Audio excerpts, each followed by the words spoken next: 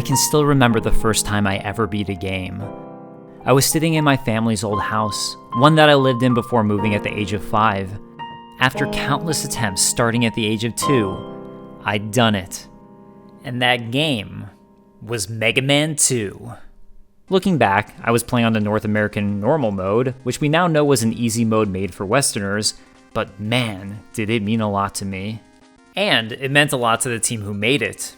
While Mega Man 1 sold alright, it didn't sell enough that Capcom was chomping at the bit to immediately put out a sequel.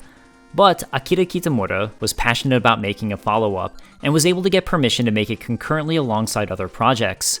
At the time, Keiji Inafune was working on a separate title, and Kitamura approached him about working on Mega Man 2 simultaneously alongside the project Inafune was already working on.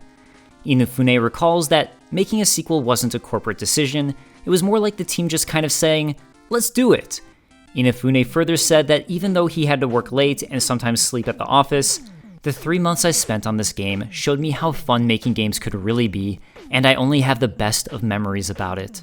So, with that level of passion, let's jump into Mega Man 2.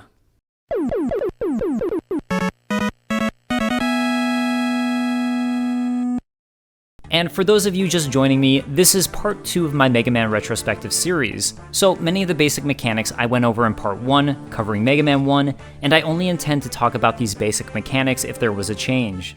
Right out of the gate, Mega Man 2 hits players with something totally unique from Mega Man 1, and something not too many NES games were doing, an intro title sequence. Whereas the composer of the first Mega Man was Manami Matsumai, Takashi Tateishi created the compositions for Mega Man 2, but included a nice touch to this intro. The beginning of the song that starts us off here is actually the same music players will hear when they beat Mega Man 1.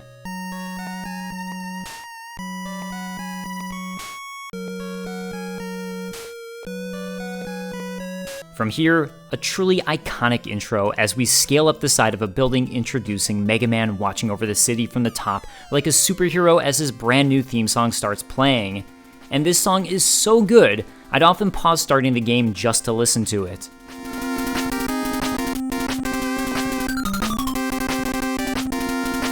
While an intro isn't necessary for a game like this, it really does help set the stage. It's nice to have some idea of what's going on and why you're playing, and this short and sweet intro has the perfect setup and visual payoff, telling players everything they need to know in a short amount of time. It sets a level of intrigue as we scale up the building, and immediately, visually, we know Mega Man is a hero because of his pose at the top combined with the music. And from here, we have the first bit of interesting design choice in Mega Man 2, and very specifically, one that was made when exporting the game out of Japan and into English territories. That being the creation of a normal mode and a hard mode, with hard mode being the default Japanese difficulty. This seems to be a continuation with the theme in Mega Man 2 compared to Mega Man 1, which is that Mega Man 2 was made to be more approachable than Mega Man 1. According to Keiji Inafune, they'd received feedback, although he doesn't specify from whom, that portions of Mega Man 1 were too difficult, and the marketing department at Capcom also requested they make the game easier. So while I could be mistaken, I'm guessing it was once again the marketing department who requested an easier mode for the West. Rockman 2 released to Japan on December 24, 1988, then to North America 6 months later in June of 1989, and to PAL regions on December 14, 1990, almost 2 years after the Japanese release date. So that would give the team ample time to have created an easier mode for a Western audience based on pressures from marketers, or perhaps a North American division of Capcom. I'm a little torn on having difficulty options in games, so I think this is a discussion worth briefly having, as we won't see a return of difficulty options in the Mega Man games until Mega Man 9. When making a game, a lot of thought goes into each and every segment, as well as each and every enemy. They're all designed with a specific purpose, and a big part of that is what type of challenge you, as a designer, want to present the player with. A Goomba from Mario is a moving obstacle that's extremely easy for players to avoid and jump on. But put 2 Goombas and suddenly you have a different and harder challenge. Put 1 Goomba and an infinite death pit, and you now have a completely different and harder challenge. A lot of arguments around make an easy mode for players who need it revolve around dropping the health of enemies or increasing the health or defense of the player. But while this solution can work, it also doesn't make everything easier, and it can also have potential unintended consequences. This is the choice that Mega Man 2 makes with its difficulty selection. Mega Man deals double the damage against bosses, And while I haven't done any testing, I've read that enemy HP was halved, although to me that seems like saying the exact same thing as in general Mega Man deals double the damage. So what does this result in? Definitely an easier game, but its new difficulty is purely based around enemies and bosses, not around the many obstacles Mega Man will have to avoid. And some enemies are probably now too easy for no particular reason. Take these blockies. In the original Japanese version of the game, they have 2 health. The first time you hit them, their blocks fall apart, which can hit and hurt Mega Man before it reforms. The second attack fully destroys them.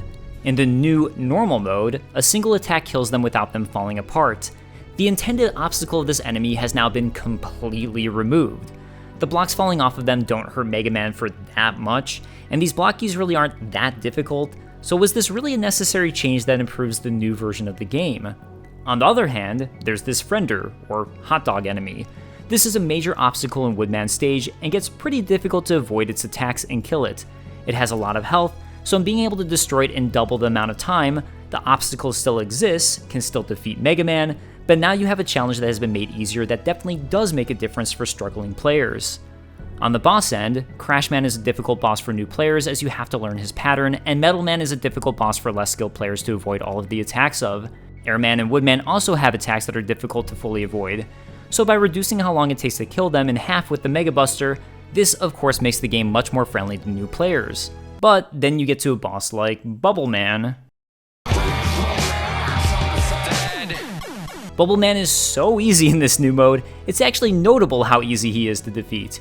You barely, if at all, have to learn his boss pattern.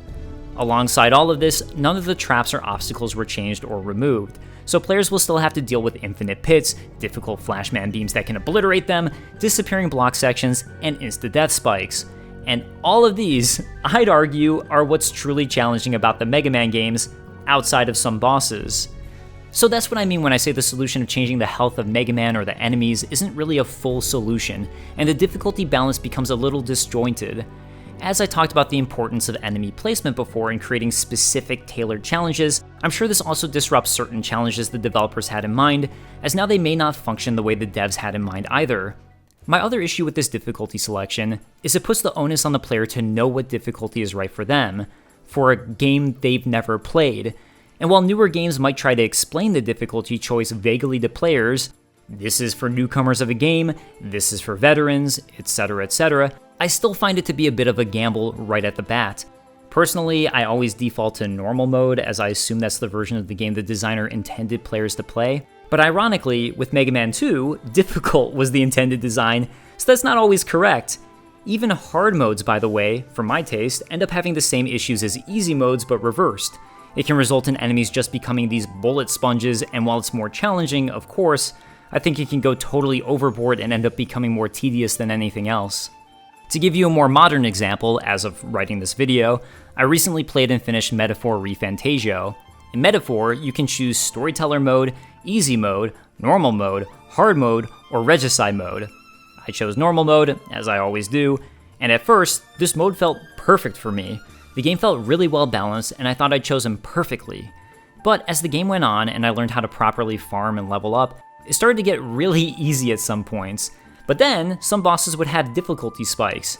This back and forth difficulty had me completely unsure if I'd chosen correctly with normal mode, or if I should have chosen hard mode, or if those difficulty spikes would have been too challenging for me in hard mode, or if the rest of the game would have felt more balanced. With one single mode, I know how the designers intended I experience the challenges, easy portions were meant as a breather, and I know certain difficulty spikes were intended. But with these mode selections, I had no clue.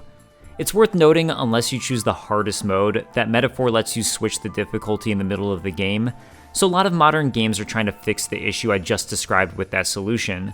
To give you another example, I have a friend who was playing FF7 Rebirth, which was my game of the year for 2024, and was struggling, so swapped in the middle of playing the easy mode and had far more fun, so it's definitely nice to have that option for players like that.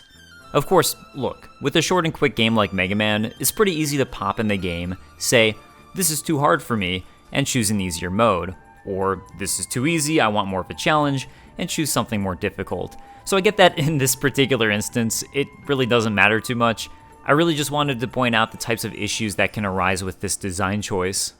The plus side I should mention to these difficulty options is that it does also add replayability to games. If you love a game and finish it on normal or easy, then you're welcome to try again on a harder mode to take it to the next level, or an easier mode to have a breezy playthrough. So if developers have time and do want to include these options to create different types of tailored playthroughs, that is certainly a positive. In my opinion though, there are much more interesting ways and solutions to create an easy mode for players rather than having a difficulty selection. Super Mario World is the perfect example.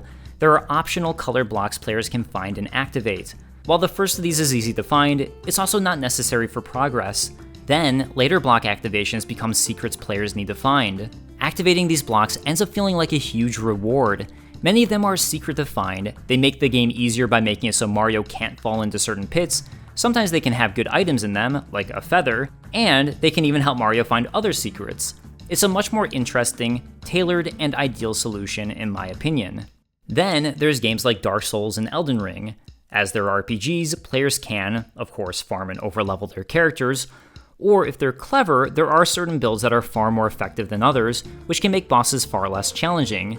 Additionally, players can summon help both offline and online in order to defeat bosses with ease or even help them along the level. Mega Man already had some of these solutions in place. Depending on how difficult the devs want the game to be, the rock, paper, scissors mechanic of the Mega Man games can make a huge difference in its difficulty, sometimes even trivializing boss battles if the devs so choose, and did choose in the case of Mega Man 2. Enemies are also weak to specific weapons, like the Metal Blade, many times in Mega Man 2, also essentially creating an easier mode if you choose to use one of those weapons, in the very same way the game's normal mode now does. There's also Flashman's ability in Mega Man 2, which helps with some of the difficult platforming. Mega Man 2 introduces what is, in my opinion, a great solution in the E-Tanks, which I'll touch on as we get to them. I do wonder if there were other more clever ways than a difficulty choice off the bat to handle this dilemma.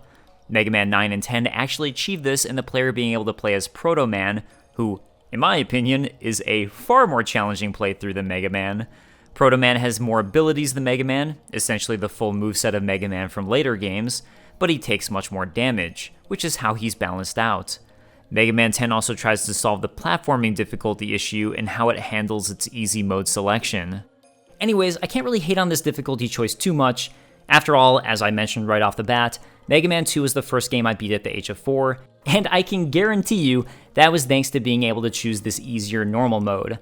I highly doubt I would have been able to beat the game on difficult mode at that age and point in time, so that right there gives you some merit for this option. Another thing that's worth discussing is accessibility. One of the great things about video games is, like reading or watching a movie, it serves as a fantastic escape into another world, but one where players can be actively involved in that world. And of course, I think any designer would want as many people as possible to be able to escape into their world, but action games are uniquely difficult to do that with over, say, a JRPG or adventure game. Part of the entire point of action games are the challenges and quick twitch reflexes of players. So what can these designers do to make the game more accessible to all players, and in particular, players with disabilities? Every disability is different, so there are accessibility options modern games have that can majorly help in ways that go invisible to people who don't need them.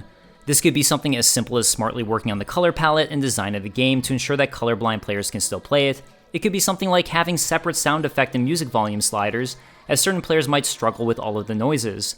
Then there's making action games easier or more forgiving in different ways for players who physically cannot react in time for a fast twitch game. A lot of this will depend on how much a designer feels like it destroys their intended design and how far they want to go into breaking it.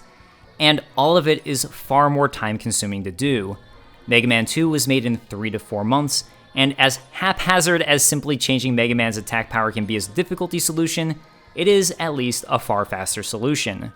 Overall, I don't think there's really a one-size-fits-all solution to this difficulty issue. On one hand, if designers have a vision for how they want their game to be played, it's nice for the artist to see their vision fully realized.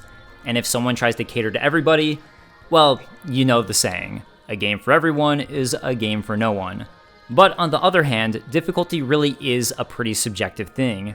Everyone will be coming in with totally different skill sets, and what they find frustrating or hard will be completely different from someone else. How much enjoyment they get overcoming challenges and to what degree they're willing to spend time overcoming a challenge in the first place is also going to vary person by person. And if a designer of a game is all about Kaizo Mario-style games and levels, and that's how they make their game, well, it's pretty likely this will turn off the vast majority of potential players. Nothing wrong with this, of course, if that's what they want to make, but I imagine most game designers would prefer more people enjoy their creation. Moving forwards, for the sake of this video, I'll be talking about the game's design as if it's on the North American difficult mode, purely for the sake of consistency, as all the rest of the game's normal modes, or non-existing modes, are Mega Man 2's difficult mode. Choose your difficulty, and it's onto a brand new screen to Mega Man 2, the ability to put in a password. While both passwords and even saving now existed for the NES, it's super nice that passwords were finally included for Mega Man 2. Now, unlike in Mega Man 1, if players wanted to take a break and stop playing Mega Man 2, they could write down on a piece of paper the password for their current progress, which I remember doing sometimes by the way, and then return to the exact amount of progress they made. Unfortunately though, as you can see, the password system on the NES is super tedious to use. So because it's so tedious, I'd usually opt to just play through the game again, which I suppose shows just how much fun the Mega Man series is. I do wonder why the team opted not to allow players to save their progress. My guess is that it cost extra money per cartridge to include the battery saving of the NES, and Capcom didn't want to shell out the extra cash, but either way, this is a welcome change. After the password selection, it's on to Mega Man 2's stage selection, and a major upgrade to Mega Man 1's stage select in just about every way. Instead of 6 potential robots players can non-linearly choose to fight against, Mega Man 2 now presents players with 8 robots to choose from. This was actually what Akira Kitamura and team wanted for Mega Man 1, but they ran out of memory on the limited space of the original NES chips. However, Mega Man 2 uses an upgraded chip with more storage than Mega Man 1's chip. Part of the genius of the Famicom and NES was that it was purposefully designed with the idea that technology would get better and better after the console was originally made. So, to that end, NES cartridges could use better and better chips as time went on, and to a point, the NES or Famicom would be able to handle these upgraded chips and better technology. So, with Mega Man 2, the team was finally able to present players with 8 Robot Masters to choose from. I definitely prefer this upgrade over more Wily stages, as Robot Master stages are so much fun. They're always a totally different theme, and as they're part of Mega Man's non-linear design, it means that anytime players choose to replay Mega Man 2, they now have even more options for how they can replay the game. The screen itself also looks nicer thanks to the upgraded graphics of the new NES chip. Players are now presented with a profile picture of each boss they can choose to fight, giving a little more detail to these bosses. On top of that, whereas Mega Man 1 had the cursor start at the top left, on Cutman, which could make players more prone to choose that stage first, Mega Man 2 finds the perfect solution. Now, the cursor starts on the center of the screen with it starting on a Dr. Wily logo. It truly makes it the player's choice, with no suggestion whatsoever what the first boss they fight should be. I suppose the only real downside to having more Robot Masters is that means there's more boss abilities Mega Man can obtain.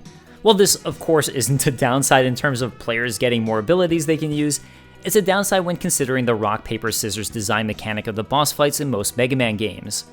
In theory, most bosses are only weak to one other boss ability. If players are struggling to beat the bosses on their own without the boss weaknesses, this means that it's even more of a guessing game which boss their newly acquired boss ability is weak against. So Mega Man 2 tries to account for this by having most bosses have one primary weakness, and then 1 or 2, or sometimes 3, minor weaknesses. Or sometimes, like in the case of Crash Man, no minor weaknesses. It feels a little sloppily done though in Mega Man 2. I think ideally you'd want the game to be balanced so each boss ability has one corresponding boss who has that ability as their primary weakness, and then 2 other bosses who have that ability as their minor weakness. But in Mega Man 2, that isn't the case. Let's take a look at some of these. For defeating Metal Man, you obtain his Metal Blade. The Metal Blade is the primary weakness of Metal Man himself, for some reason, which really only comes into play during the later boss rush of the game. It's Flash Man's primary weakness, it's also Wood Man's sort of primary weakness, and it's also Bubble Man's primary weakness. That means 4 of the 8 Robot Masters are primarily weak to this one single ability. Then there's Flash Man. His ability, the Flash Stopper, is a little wonky in that it really just stops time and doesn't hurt enemies. As such, it's more of a helper ability, and therefore, the only boss who's actually weak to the Flash Stopper is Quickman. No other bosses even have it as a secondary weakness. So, on one hand, I can understand the idea of making it so one ability, like the Metal Blade, is extra powerful against bosses, but not as much of a utility during the stages, whereas Flashman's ability is far more of a utility weapon, therefore not a very effective weapon against bosses. Conceptually, this makes a lot of sense. In practice though, I do wonder how many players might be disappointed to beat someone like Flashman first, then get an ability that doesn't help at all against the vast majority of the bosses.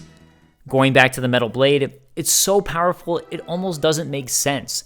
You'd think, logically, a boss like Woodman would be primarily weak to Heatman's Atomic Fire ability, but instead, that's a secondary weakness. Metal Blade is Woodman's primary weakness, and instead, Atomic Fire is no boss's primary weakness, but rather 4 different bosses' secondary weakness. Granted, it does absolutely destroy Woodman far faster than the Metal Blade if you use the charge of it properly. While Metal Blade and Atomic Fire are both good weapons, there's Bubble Man's Bubble Lead ability. This ability isn't particularly useful as a utility weapon, and not counting Alien Dr. Wily, it serves as one boss, Heatman's primary weakness, and one boss, Flashman's secondary weakness. So Metal Blade is 4 bosses' primary weakness, Atomic Fire is 4 bosses' secondary weakness, and Bubble Lead is 1 boss's primary weakness and 1 boss's secondary weakness. As someone who tries to play and enjoys playing Mega Man Mega Buster only, honestly, this isn't something that I ever really particularly noticed or even bothered me. But in looking back over Mega Man 2's boss weaknesses, it all seems rather haphazard to me, if I'm being honest. I'm sure the team put a lot of thought into it, but I don't fully understand the logic at play here. Going back to another potential con of having more Robot Masters to choose from, that also means more abilities Mega Man can obtain. Again, from a player perspective, this definitely isn't a downside. But from a designer standpoint, every single boss means a new ability Mega Man can get, which then means a completely new way players can play each level and fight every single enemy in the game, or tackle every single obstacle in the game. So really, every single ability is a new question mark for a designer. Is this ability going to break my intended enemy design? Should it break the intended design? And if so, how? How many uses should the player get before needing to get a refill? And then factor that for every enemy, and then if it's a utility-based weapon, every obstacle. It also grows more and more difficult to make each ability stand out and unique, which honestly, even with 8 abilities, is something that the Mega Man games often struggle with. Some later Mega Man games choose to expand on the number of Dr. Wily stages, and for my taste, I'd much rather see an expanded Robot Master roster to choose from. But I completely understand why this limitation of 8 starts to come into play when you factor in all of the abilities and the rock, paper, scissors mechanics of Mega Man. When I discussed Mega Man 1, one of the elements I talked about designers needing to weigh with the nonlinear design of Mega Man was how difficult to balance each stage. When you have a linear progression, it's easy to assume that players progressively become better at the game as they play, and therefore the levels can become more and more challenging. But that isn't the case with the Mega Man games. The only point in time the designers know that players are likely ready to handle more difficult challenges is after they've completed every stage and once they've reached the linear Wily levels. So there's a dilemma.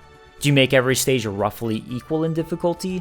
Do you make some stages more difficult and others easier and hope that new players won't get turned off if they choose the more difficult stages first? Mega Man 1 had 2 levels that were internally thought to be the easiest, and I think for anyone who's played the game, it's pretty clear that these levels were Bomb Man and Cut Man. Then Iceman stage is far more difficult. When it comes to Mega Man 2, I think overall the stages are much more balanced in their difficulty. Each one has a totally different conceit to what makes them challenging, which makes the difficulty subjective per player, depending on what each individual player finds challenging. And I think that's absolutely brilliant about Mega Man 2. It's something I'll touch on as I get to each level, which is what the overall design concept of the level is, and it's actually something my buddy and I are planning for our own game that we're currently working on. We were very much inspired by this idea, and each of our stages are completely different in what the type of challenge is.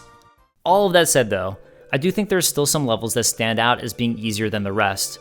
In particular, I'm looking at Flashman stage, which I think no matter how you slice it, is the easiest of the bunch. I'd also rank Bubble Man's as one of the easier ones so long as you can get past the introduction, and Crash Man's is another one that's pretty simple in its difficulty.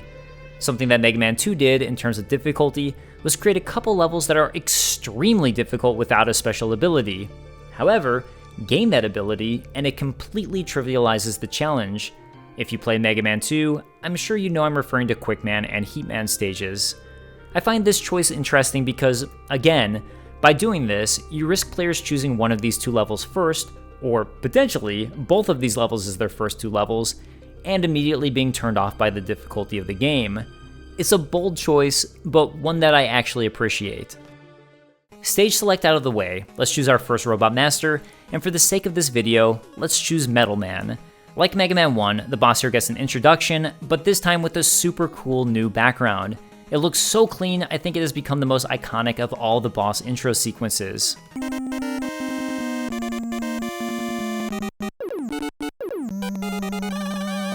Something that you might notice that changed from Mega Man 1 is that the point system is now gone, and you'll no longer receive a point reward for defeating a boss in Mega Man 2 and onwards. While it's barely noticeable, I think this is yet another upgrade from Mega Man 1. As I talked about when discussing Mega Man 1, the point system of Mega Man 1 was completely pointless. There's no leaderboard in Mega Man 1, so really getting these points does absolutely nothing. And worst of all, it's pointless UI that then clutters the top of the screen. It absolutely felt like a holdover from the fact that Akira Kitamura and team initially wanted Mega Man to be a shmup game. So now, starting a stage in Mega Man 2, you no longer have any UI for points at the top. So aesthetically, that's a nice touch. What this also means is that enemies will no longer drop point balls as they did in Mega Man 1. Beyond the fact that there was no reason to pick these up, I think both of these elements being missing is actually also good for the runtime speed of the Mega Man games. As this is the NES, every Mega Man game ends up experiencing slowdown at some point due to too much happening on the screen at once. So, remove a UI element that shows point totals, you've now removed an element on the screen. On top of that, the game no longer has to quickly apply an added point value to the point UI, which, as minimal as that is in terms of processing power, it still does save on processing power, to be sure. And when you need every little bit of power, that makes a difference. Finally, those point balls you can pick up, once again, add more elements on the screen that could therefore potentially create slowdown. While enemies still have enemy drops in Mega Man 2, they now have less drops, and the drops are more likely to be things that players actually want, meaning overall less clutter and less slowdown. Point system gone, we reach our first stage, Metal Man. Metal Man's stage is almost completely designed around the concept that Mega Man will be on a platform that constantly moves him in one direction, and the player will have to deal with that obstacle and obstacles built around this idea. So you'll have the stage slowly push you towards an infinite pit, or spike trap that slams down at certain periods of time, or the player will have to deal with fighting enemies all while on this moving platform. While this stage is set up as a series of different obstacles, that consistency of dealing with this moving platform ties the entire level together in a nice way, and makes it feel unique beyond its music and art. And the moving platform itself is a really nice touch. With a platform game like Mega Man, there's really only a few ways to give the player new challenges. Either you create difficult enemies, obstacles that the player has to avoid, terrain with varying difficulty for the player to platform across, or, as in this case, terrain that has a very unique and specific effect on the player. As much as I believe ice stages get ragged on in video games, in general, because the slippery surface makes it so much more difficult to control the player, and therefore can feel quite annoying at times, it is one way to create a new challenge with the exact same obstacles. These moving platforms of Metal Man stage are exactly like ice in that sense, although I think a little less frustrating to deal with, at least for my gaming sensibilities. While you're on this platform, you'll always move in the direction it shows, and by running in the same direction, you'll move at a far faster speed, whereas you can move against the platform's direction, but with a far reduced speed. So the Mega Man 2 team took that mechanic and then played with increasingly difficult obstacles as the stage progresses that players will have to navigate. First, an introductory pit players will have to jump over. This one is small and very easy to cross, therefore serves as a nice introduction to the obstacle at hand. Right afterwards is an E-tank, and something players will absolutely want to get. It's easy to get to, but you have to run against the grain of the moving platform, therefore it teaches players in an easy and rewarding way how to deal with the stage's main obstacle. And speaking of the E or energy tank, that's something I want to talk about in far more detail, so I'll come back around to it after overall discussing Metal Man's stage. Our next series of obstacles are Mega Man needing to cross through spikes that slam down and hurt him for a decent chunk of health. It's one of those things that would be a super simple obstacle to avoid normally, but because of these moving platforms, it's suddenly a far more interesting obstacle and really shows just how clever the design of Mega Man 2 is. Players will be tasked with avoiding this same obstacle in multiple ways, both against the grain of a moving platform and trying to avoid speeding into the spikes when the arrow points towards it. You'll then get a couple segments with no moving platform, so you really get the full gamut here. It's also interesting that the final obstacles, in this sequence, where you're not on the moving platform at all, are the easiest, and this all comes back to Akira Kitamura's design principle. As I talked about when discussing Mega Man 1, Akira Kitamura wanted to soften the overall impression of the game's difficulty by having sequences ramp up in difficulty, but then end on an easy note. And this is exactly what we see in this sequence of slamming spikes. As a side note, I do wonder if the team was tempted to make these kill the player instantly upon hitting them, and I'm glad they decided against this if it was on their minds. Next off is this one-off obstacle in these drills that fly through the stage, which as a kid I always thought of as corn for some reason. I guess it was their shape, I don't know. I was 4 years old. Anyways, as this is super simple so long as you take your time, I'm guessing this is really here as a chance for players to get health drops without blatantly giving the player a health item. It's certainly more interesting if that was the idea. Now that the player knows the overall concept of the stage with the moving platforms, they're treated to a new variety of ways to make this concept difficult. First in more difficult platforming with infinite death pits below, and then later with enemies who they'll have to deal with fighting all while doing the same sequence of platforming. The stage ends with a totally different design, taking out the moving platforms, but still keeping the challenge consistent in an interesting way. The two platform sequences beforehand had the player jumping up to a large height, then needing to make an extended jump that dropped down. While there's no moving platform here at the end of the stage, this is definitely the hardest of these jumps to make, and smartly, it's really the same obstacle we'd seen the stage building up to. I don't know if I'd really thought about this specific part of the stage and design before, but now that I am, I'm really amazed with how clever it is. The fact the team was able to keep this ramping up challenge throughout the stage, and then keep it consistent even when removing the moving platforms, it's really clever. It's also nice that, like Mega Man 1, and per Akira Kitamura's design philosophy, Mega Man 2's stages are short, and we see exactly that here with Metal Man's stage. Challenges are never doubled up on, and each one has a very specific purpose, often building to a greater challenge. Before moving on, let's quickly talk about the enemy design on some of the enemies we see here. As I mentioned with the corn, drills, I think the idea is that they're really meant to be health and energy drops for the player. They'll never spawn directly where the player is standing, and will only spawn in front of the player in the direction they need to head in the stage, regardless of which direction Mega Man is facing. It's actually a pretty cool design idea that there's this general range they can spawn in, and it's all related to if the player is standing within that range, and then they'll spawn somewhere in front of the player. I think a lot of enemies tend to rely on a player detector or series of player detectors for how they react to the player or when they use their attack. This one is interesting to me because while this enemy, or series of enemies, of course uses a player detector, it's really the general zone that's relying on the player detector to spawn the enemies, and determining where the enemies can randomly spawn. While this is an extremely simple enemy, the second half of this challenge uses a moving platform to suddenly make this concept far more challenging, and while players can just run through, I don't think new players will realize this. It's a nice way to show how a moving platform can immediately make even a simple challenge much more difficult, although not too difficult. The next enemy is this, I guess, clown robot on a gear? At least that's how I always interpreted the party hat.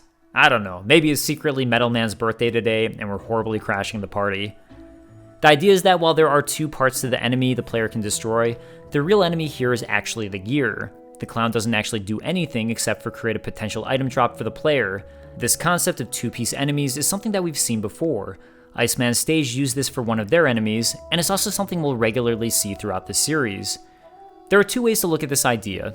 On one hand, once the player knows who the true enemy is, it makes it so there's a smaller enemy and smaller target to actually fight against, in this case, the gear, while the additional piece to the enemy, in this case, the clown, serves as a nice extra item drop. But on the other hand, for a new player, they'll have no idea which piece is the real obstacle, so it makes this enemy harder only when fighting it the very first time. After that, so long as the player was paying attention, it's never going to have the same challenge, it's just a potential extra item drop. While that is a potential criticism, to be sure, it's not like making a mistake here will automatically hurt Mega Man or kill the player, and overall, I actually think of some of these enemies as more creative, It's another way to handle an enemy, and also a nice way to give players double the chance of getting a reward.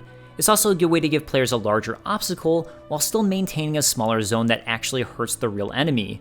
Plus, for some of these enemies, killing the portion I'm referring to as the fake enemy does make the obstacles smaller, and in cases like this, although difficult, now possible to avoid. Something Alan, who's my friend I'm making my game with, and I are constantly talking about when designing enemies is enemy size. Are we going to make an enemy small, meaning in our minds players can jump over them? Are we going to make an enemy medium in size, meaning our players can't jump over them, but can double jump over them? Or are we going to make them large in size, meaning players can't jump or double jump over the enemy? What I like about enemies like this is that, in the case of Mega Man, there are small enemies who Mega Man can jump over, there are medium enemies who players can jump over with exact precision and skill, but it's more difficult, and there are large enemies who Mega Man can't jump over. This is an enemy who, even when not fully killing it, players can, in essence, turn from a large-sized enemy into a medium-sized enemy. When you think about it, it's a way to change the enemy size, and that's pretty cool. The next enemy we find is one of the blockies I mentioned earlier in the video. These enemies are really only interesting in the Japanese or difficult version of the game. They're an easy, slow enemy, but their real attack comes when players attack them. By shooting them the first time, their blocks explode out at the player. Because they explode out in an arching pattern, it's something players can avoid, but can definitely take you by surprise. A second attack will fully kill the blocky. This is another one of those cool and unique enemies in Mega Man 2 with a design I don't see too often in other platform or action games. Typically, you see enemies with specific attack patterns, or enemies who react to players once they're in a certain player detector distance from them. So, an enemy that becomes a trap once attacked stands out to me as unique and creative. And it's this type of creativity that I think made Mega Man 2 both stand out when it was first released, and still to this day. This enemy also works as a perfect obstacle in Metal Man Stage. While we do see one of these blockies in Crash Man Stage on a flat surface, here we have this slow ramp and blockies guarding the path. Because their trap attack shoots out in an arch, the ramp actually serves as an added amount of time for players to read and react to the attack without getting hit, or can even act as a shield. The final enemy we see are these enemies I like to refer to as the Slideys. They're enemies pulled straight from Mega Man 1, but it is an enemy with a really good simple design, so it makes sense we'd continually see this little guy. They move at a set speed, but if they detect Mega Man at the same height as them, they'll suddenly speed up. It is worth noting these guys are detecting players at their height, and not necessarily if Mega Man is on the same platform. Honestly, I think this is probably because it's easier to do this rather than detect the same platform. All a programmer needs to do is create a 1-pixel raycast in both directions from this enemy, and if Mega Man's box collider touches this raycast, the enemy speeds up. A raycast, by the way, is basically just a line you're shooting in one direction to try and detect for collisions. You can make this line as long or short as you'd like. I did a Unity course from GameDev.tv on 3D RPGs, and raycasting was used for detecting what the mouse was clicking on by sending a raycast from the camera position to the mouse point. In 2D games, I use a short raycast for wall detection, and right now I'm using a raycast for ceiling detection, although I might change that to a box collider. The point is, these can be extremely useful, and to my understanding at least, save on processing costs compared to, say, an entire hitbox. Anyways, this pretty minimally affects how the enemy acts. It just means if the player jumps or is falling near the enemy, this will also make them speed up rather than only if the player is standing on the same platform. Both design concepts are perfectly fine, it just results in a slightly different enemy. This slidey guy was changed up a little bit from Mega Man 1. Firstly, Mega Man can no longer stun these enemies with his normal Mega Buster, as was the case in Mega Man 1. Now, these enemies are shielded. Next up, if the player does accidentally touch this slidey enemy, it suddenly springs out in a visual that looks like a Slinky is attacking you. This doesn't actually affect anything, but it is a nice touch, which is just another one of those things that was probably thanks to the upgraded chip in Mega Man 2. Beyond better visuals, because the team had more memory, that also means they'd also be able to add in more animations. Something I miss talking about in Mega Man 1, as I like to play Mega Buster only, is that these enemies, in both games, can be killed with special boss weapons. So, as long as you have those weapons, you can get rid of this obstacle if you choose. Crash Man's Crash Bomb will take care of it, although that weapon is so limited on ammo, I don't think it's ever really worth it. Woodman's Leaf Shield will also quickly destroy these things, and then Bubble Man's Bubble Lead can quickly kill them without worrying about any ammo loss, as the cost to toss these bubbles is so low. There are also a couple of spots in Metal Man Stage where Mega Man can use his tools that are brand new to Mega Man 2, items 1, 2, and 3, but I'm going to hold off on talking about these until we earn one in this playthrough. What I do want to talk about now though, as we've reached Metal Man's boss gate, is the E-Tanks, or Energy Tanks. Players can find 2 of these in Metal Man Stage, and they are brand new to Mega Man 2. In a quote from Keiji Inafune, he talks about how certain portions of Mega Man 1 were deemed too difficult. He says, "We even had the marketing department asking us to make things a little more playable. Our leader was especially unsure about the use of energy tanks. He wasn't sure that they were really necessary, and even asked me what I thought about them." And I'm sure that leader Inafune was talking about is Akira Kitamura. Mega Man can find these E-Tanks scattered throughout the stages of Mega Man 2, often in difficult to reach places, or spots where players will need to use one of the game's new items in order to reach. Players can store up to 4 of these energy tanks in Mega Man 2, and by going to the menu, use one of them at any point in time to completely restore their health. And in spite of Akira Kitamura's reservations, I think these are a brilliant new feature to Mega Man 2. In my opinion, this is an incredibly clever way to handle difficulty in the Mega Man games, and I honestly prefer these as a solution to difficulty far more than the difficulty options at the start of the game. This is exactly the sort of in-game solution I was referring to earlier on, like the blocks in Mario, that end up being more clever and interesting than a difficulty slider. With something like E-Tanks, similar to 1-ups, designers can cleverly hide these in stages and make it something that's genuinely rewarding for players to find. Later Mega Man games use these as part of a shop system, which is yet another good use of an item like the E-Tank. These act as a great way for players to be able to, in a desperate situation, fully restore their health and continue a boss battle or a stage without needing to risk a potential lost life or game over. It ends up meaning that if a player is close to defeating a boss but isn't quite going to make it, they can use an E-Tank to help them over the hump. Similarly, if there's a boss that's acting as a brick wall for a player that they simply cannot get past, this E-Tank, or using a multitude of them, could be just the ticket.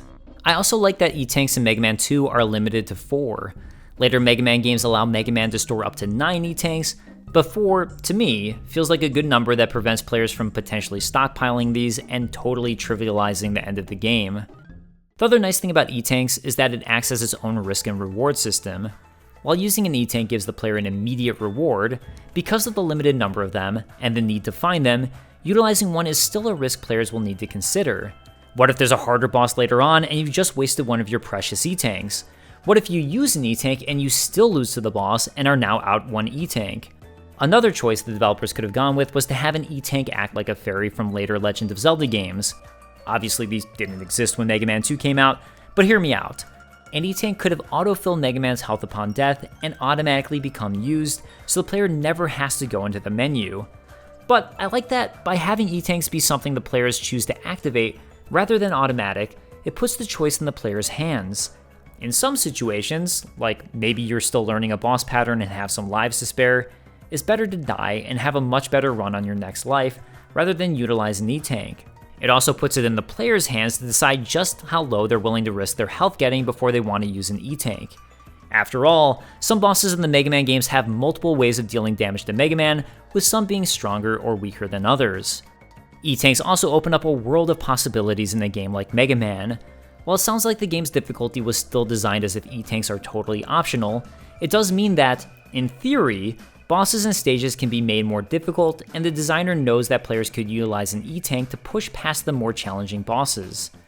With a game like Mega Man 2, and in general, the Mega Man series, as it uses a lives continue game over system, and most of the time you start with 2 lives, that really means that you know that, if a player executes a stage without dying, they're going to have 3 attempts at a boss before game over and needing to restart a stage. So ideally, every boss should be designed with this number of attempts in mind, at least as a general guideline. If the designer wants there to be more challenging or easier bosses built around this, that's really up to the designer and how difficult or unforgiving they want their game to feel. But with the E-Tanks, I feel like the designers now have a little more leeway to make more challenging bosses without the game feeling as unforgiving. All that said, because E-Tanks are rare and special finds in the way they're handled in Mega Man 2, I don't think the team could rely on E-Tanks for that, unless a stage very specifically has an E-Tank in it. I think future games that use a shop system where players can also purchase E-Tanks can get away with more in this regard, but that idea hadn't come around yet for Mega Man 2. Energy tanks out of the way, we have now reached the Metal Man boss gate and yet another upgrade from Mega Man 1 to Mega Man 2. In Mega Man 1, boss gates had enemies in them, were multiple screens long, and while players could potentially find health in these boss gates, oftentimes the challenges were more so a major annoyance before the big boss fight. But Mega Man 2 took the boss gate concept and reduces it to the size of one screen. Now, it truly feels like a brief respite before the big boss of the stage, and a moment for players to think about what ability they might want to equip to fight the coming boss of the stage. It also serves as a final safety checkpoint, so if players lose to the boss, they'll be coming back here and have a chance to face the boss again at full health without needing to worry about any annoying enemies or long run back, a la a Wily Stage on the way. Head through the boss gate, and we reach our first boss of Mega Man 2, Metal Man. The design around Metal Man is a lot like an upgraded version of Iceman from Mega Man 1. Iceman would shoot ice beams at Mega Man in a set pattern, which Mega Man needed to dodge. While the pattern was extremely easy to read, the window for avoiding the attack was low, and getting hit by Iceman's ice beam injured Mega Man for 1/3 of his health, so every mistake would cost players dearly. So, with Metal Man, similarly, Metal Man shoots his metal blades at Mega Man from the edge of the screen. However, Metal Man will instead shoot his metal blades at the exact location Mega Man is at when he first tosses his saw blade. He can only toss them while he's in the air, and will be constantly jumping high enough to toss either 1, 2, or 3 blades as he falls back down. This creates a reasonably readable pattern for players to dodge and react to, but it still is more difficult than Iceman's pattern, and as such, instead of hurting Mega Man for 1/3 of his health, each time a metal blade hits him, Metal Man's attack hurts Mega Man for far less, giving players far more leeway to make mistakes. It results in a fight that feels more fair, with a pattern that's much more interesting and therefore fun to fight. However, one more element was tossed into the fight. That moving ground present throughout Metal Man's stage? Yeah, that's now the ground under Mega Man in this boss chamber, and the direction the platform moves randomly changes. This element ties together Metal Man's boss fight alongside the stage, and while this is a nice touch, I do wonder if this was really included because, in testing the boss fight out, the team thought the fight was too easy without the moving platform ground. There are a few more quirks to Metal Man worth mentioning. Metal Man actually reacts to the player shooting and will jump to toss his metal blades at Mega Man whenever he's on the ground and the player shoots. But to prevent players from slowly fighting him and taking their time, Metal Man does occasionally jump and attack Mega Man without being prompted to. Additionally, if the player gets too close to Metal Man will jump over Mega Man and to the opposite side of the screen. I don't think this really makes him any easier or harder per se. After all, if you were next to him and shot at him, he's still tossing his metal blades at you, but it does make the boss fight feel more dynamic. Metal Man is weak to, himself, which is kind of funny, but when you fight him the first time, his main weakness seems to be Quick Man's attack. This is pretty well balanced in that, while the attack is definitely stronger against Metal Man than Mega Man's normal Mega Buster attack, you'll also need to get up close to Metal Man for the attack to actually hit, which is a far more dangerous zone to be in. And I like that. It's a bit of a risk-reward, even if the attack still tips the balance in Mega Man's favor. It's worth noting here a couple minor changes with the bosses compared to Mega Man 1. The first change-up is that bosses can no longer potentially kill Mega Man after Mega Man defeats them. Mega Man will immediately become invulnerable to their attack, and while it's okay to let a lingering projectile attack still kill Mega Man after the boss is defeated, something about it in Mega Man 1 felt more like a bug or lack of testing than a feature, so I appreciate this change-up. It makes the game feel a little more polished.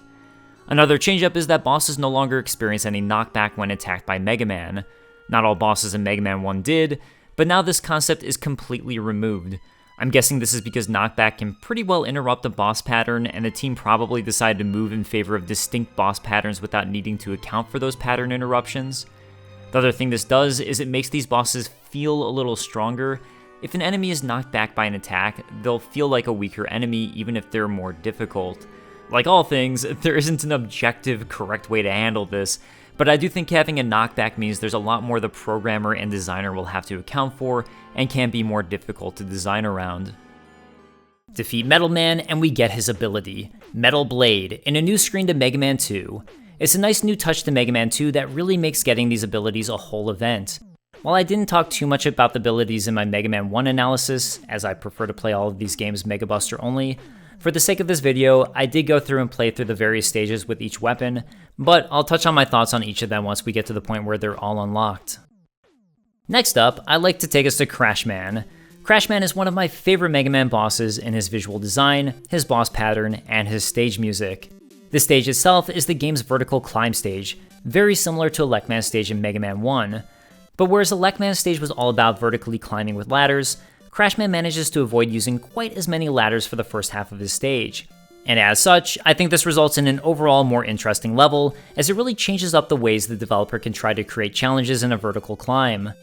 Like Metal Man stage, I really like that this level has that singular unique concept compared to every level in the game, which makes it stand out on its own just from the level's design without relying on the art and music as a crutch to set the stage apart. Overall, the stage is laid out as a sequence of unique challenges, mostly centered around moving vertical. The first of these challenges is set around these telly enemies, who are either spawned from pipes or the side of the screen. They'll constantly slowly float to where Mega Man is at, and are super easy to destroy. The challenge here comes in the fact that the pipes that spawn these tellies are in the way of Mega Man's climb, but the enemies were also designed so that only 3 could be on screen at once. So, players can use this to their advantage to either force the tellies to track them to a different part of the screen, opening up where they want to go, or not destroy all of these guys, therefore also potentially stopping as many from spawning in unwanted places.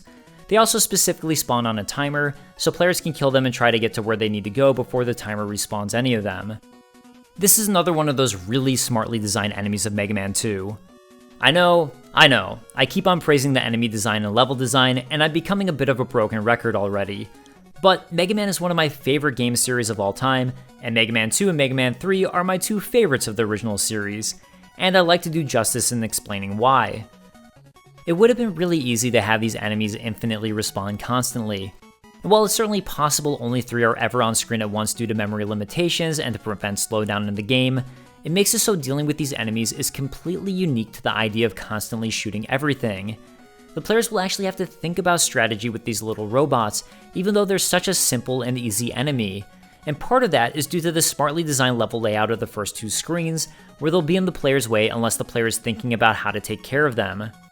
Now, there are also enemy abilities you can unlock, like Airman's weapon or Metal Man's weapon, that will make it so you can shoot these guys out of the way even if they're above you on a ladder, but I like that this isn't necessary, especially with the non-linear design of Mega Man. Something I should bring up with these guys is something that Miranai reminded me of in the comments of my Mega Man 1 design analysis, and that is object pooling. When talking about Mega Man 1, I talked about the fact that Mega Man can only ever have 3 of his Mega Buster pellets on the screen at once, and while I talked about the memory saving of this and how it also did affect the overall gameplay, it's strongly possible that the reason this was done was so the programmer of the Mega Man games, Nobuyuki Matsushima, or Matsushita, I'm honestly not sure which is correct, could utilize object pooling in order to vastly save on memory and help prevent slowdown. Object pooling is something that's still done in games today. The idea is, instead of constantly spawning something on screen every single time it needs to be spawned, then destroying it when it's no longer needed, you can actually save on performance by loading all of the objects you'll need up front, all at once, as the game isn't constantly trying to instantiate objects and destroy them. This comes especially in handy with projectiles, like the Mega Buster. The designer can load 3 pellets off screen right when the game starts, somewhere the player will never see it, and then simply move the pellet into place and at the velocity it needs once the player presses the shoot button. Once the pellet hits an enemy or leaves the screen, the pellet is simply moved right back out of screen to where it was being stored. So, like in the case of the Mega Buster, you would load 3 pellets off screen, and each time the player shoots, one of these pellets is moved on screen. If a player shoots 3 of these and every object in that pool, the player then can't shoot again until a pellet is moved back into the object pool. I bring all of this up because I think it's incredibly likely that these telly enemies also use object pooling with a combination of a set timer for spawning them. Each time the timer says, spawn a telly, it'll check the object pool and move however many tellies are left in the object pool into place. And that object pool only stores 3 tellies, so if you kill a telly, that telly will return to the object pool and be ready to be quote-unquote spawned. So that explanation out of the way, it's definitely possible the cleverness of this enemy was partially luck. It might have come out of the need to use object pooling, but let's say they came up with this enemy idea, and the programmer told the team he should use object pooling, limiting how many would be on screen at once, or how many could be spawned. The designers then took this limitation and created platforming and stages around that limitation, and that, to me, is when programming and design work in perfect harmony. This is going to be a small aside, and I apologize for talking about my game a bit, but I think it's relevant. Alan, the artist, animator, and co-designer on our game, and I recently ran into an issue where one single minor animation was going to take so much time to complete, he tried to come up with some other time-saving concepts. We needed this animation, but one of his workaround ideas he came up with resulted in a brand new attack for the enemy, and in my opinion, actually made the enemy all that much better and more dynamic, and even solved the potential cheese for the fight that we were worried about. It all goes to show just how cool it is when programmers, artists, and designers all work together, and how sometimes limitations can lead to the best ideas. And speaking of other games, I definitely want to once again shout out Miranai, who reminded me about object pooling. He's actually working on his own game alongside his co-dev, Wolfgang, Dynastheer, which is a moody third-person action game. So if that interests you, especially my Dark Souls audience, I'm linking to his Steam store page in the description. It's still a work in progress, but you can check out if it's for you. The first two screens of this stage use the telly spawning out of pipes in inconvenient places and ladders to create its climbing challenge. The next portion then changes this up to use a platform moving along a track, which Mega Man will have to ride up to his destination while dealing with these spawning tellies. It's a nice way to use the same enemy, but change up the way the challenge is presented. My only critique here is that the third and final portion of this challenge is pretty slow. It's a fun challenge the first time, but if you fall off or after playing the game multiple times, I do wish I could breeze past this quicker. Now, to be fair, players can eventually unlock item 1, which will allow them to completely skip the obstacle, so it's not broken or anything, it's just a personal preference of mine here. After a blocky, the next major challenge of this stage involves this Hard Hat Neo Metal enemy. This Hard Hat enemy first appeared in Mega Man 1, but gets a design overhaul in Mega Man 2, both visually and in how it acts. This is a shielded enemy who only becomes unshielded when it pops up to shoot a spread shot at Mega Man. However, in Mega Man 2, the Hard Hat will also run at Mega Man after shooting.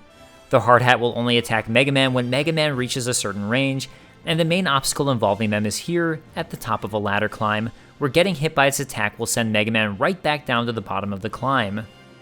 It's a great obstacle in that it's slightly difficult, and as it can be a little difficult, the punishment for failing isn't too extreme. It's not like you're falling to an infinite death pit here. Even better, these enemies are introduced in a safe spot earlier in the stage. When they're first introduced, so long as Mega Man doesn't jump, Mega Man can easily take out these guys without taking any damage, all while learning their pattern. That way, once players reach this further point in the stage, when the stakes are higher, it's not like this enemy and its attack pattern is just coming out of nowhere. These Hard Hat enemies also serve as an interlude between the other challenges in the stage, creating a nice consistency to the overall design of the challenges in Crash Man's stage. Climbing up this ladder and the next few create one of my favorite visual moments of Mega Man 2, and something that really helps visually set the stage apart from Elecman's stage from Mega Man 1. As Mega Man climbs higher and higher, you'll climb over the clouds, into the atmosphere, and then into outer space. It's super cool and really makes you feel like you did this giant, massive climb, even if you're not really climbing any higher than Elecman's stage. This final portion of the climb though, outside of the visual, I'm not the biggest fan of. Players are given 2 ladders to choose from to climb up, and while you're climbing, birds will fly across the level and drop an egg.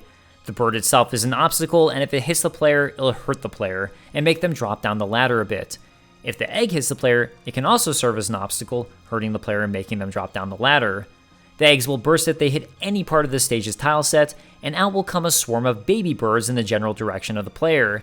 And this is my main issue with the stage.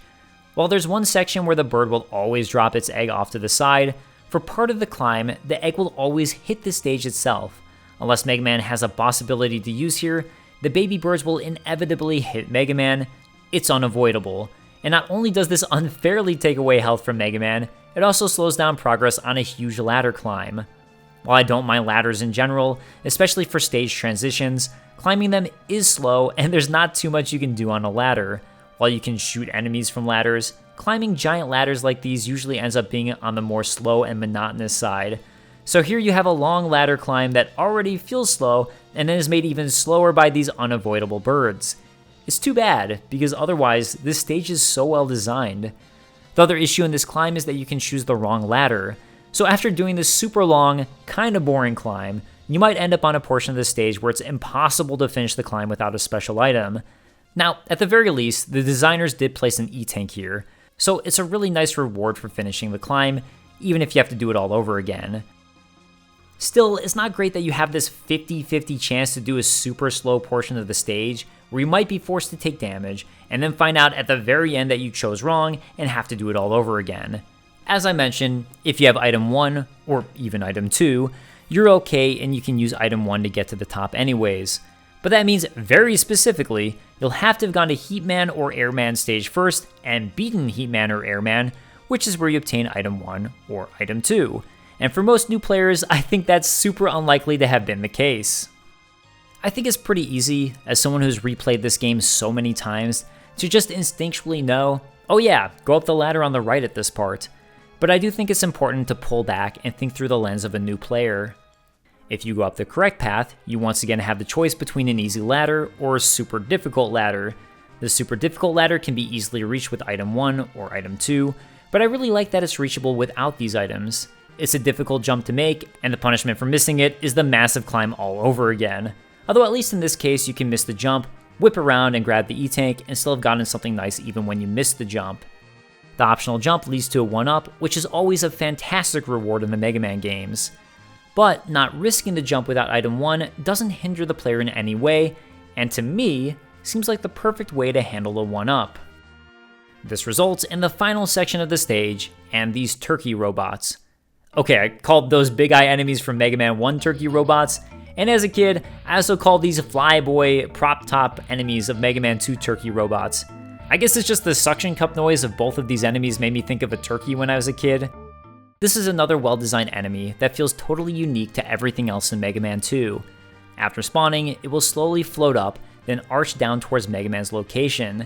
Thanks to the arch, you'll usually have ample time to get away, and it also makes me realize just how many enemies and bullet attacks in Mega Man have this arcing down pattern. This acts as the final section before Crash Man's boss gate. Before heading to Crash Man, now that we're a couple stages in, let's talk about some of the basic mechanics of Mega Man 2 that were changed from Mega Man 1. If you saw my Mega Man 1 video, I went pretty in-depth on every basic mechanic, from jumping to movement, get hit states, shooting, and more.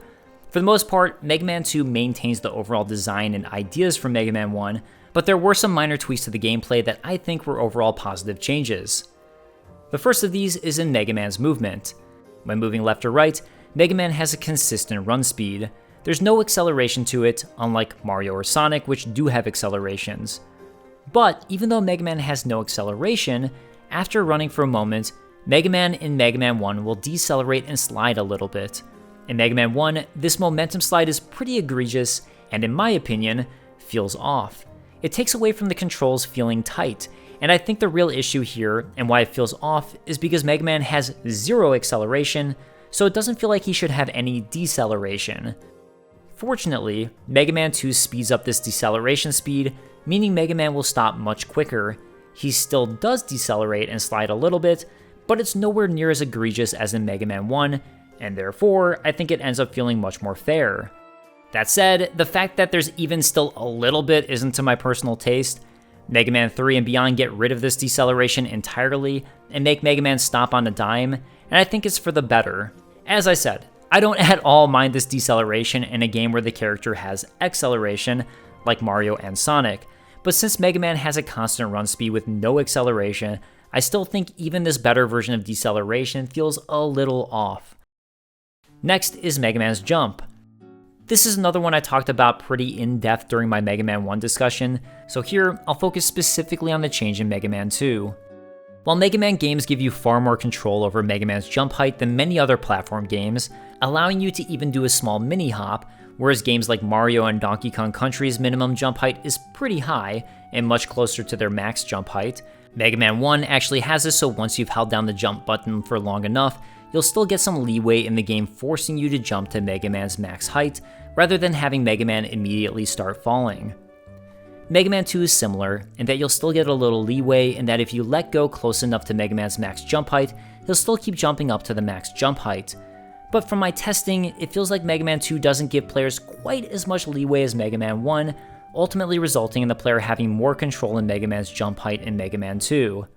Mega Man 3 and onwards completely drop this leeway, making it so Mega Man immediately starts falling when players let go, no matter how close they are to the apex of Mega Man's jump height.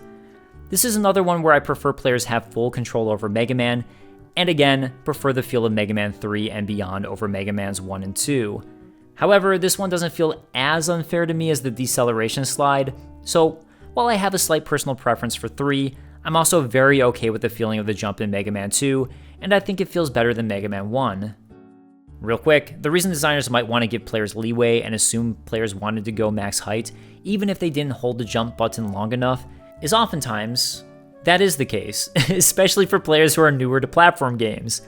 From my testing my game, I found that players who didn't play platform games as frequently as others had a little more difficulty with the concept of holding the jump button the entire time they wanted our main character, Busby, to jump up.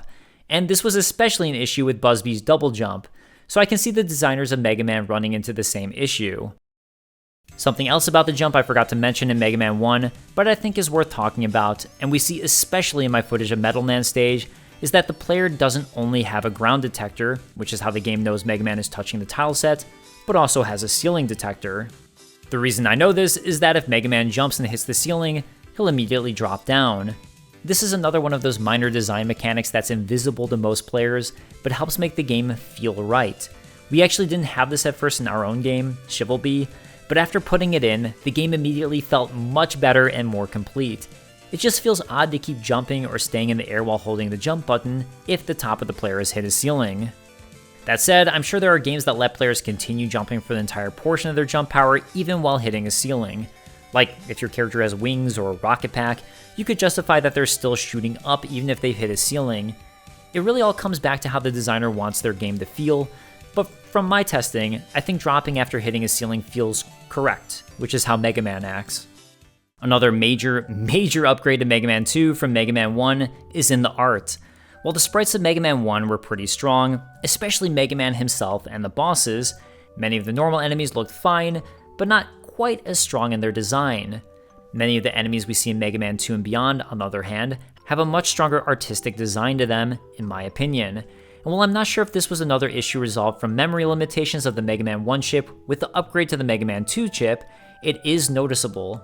Take the upgrade from the slidey enemies in Mega Man 1 to the same enemy in Mega Man 2, or take a look at the much stronger design of the hard hat enemies in Mega Man 2 compared to Mega Man 1.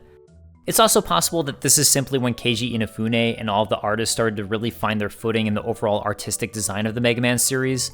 Just like how Mega Man 1 from a game design perspective is brilliant, but a little rough around the edges, I think the same could be said of the art of Mega Man 1 compared to Mega Man 2. In particular, I think the backgrounds and tile sets of Mega Man 2 are a massive upgrade over the tile sets and backgrounds of Mega Man 1.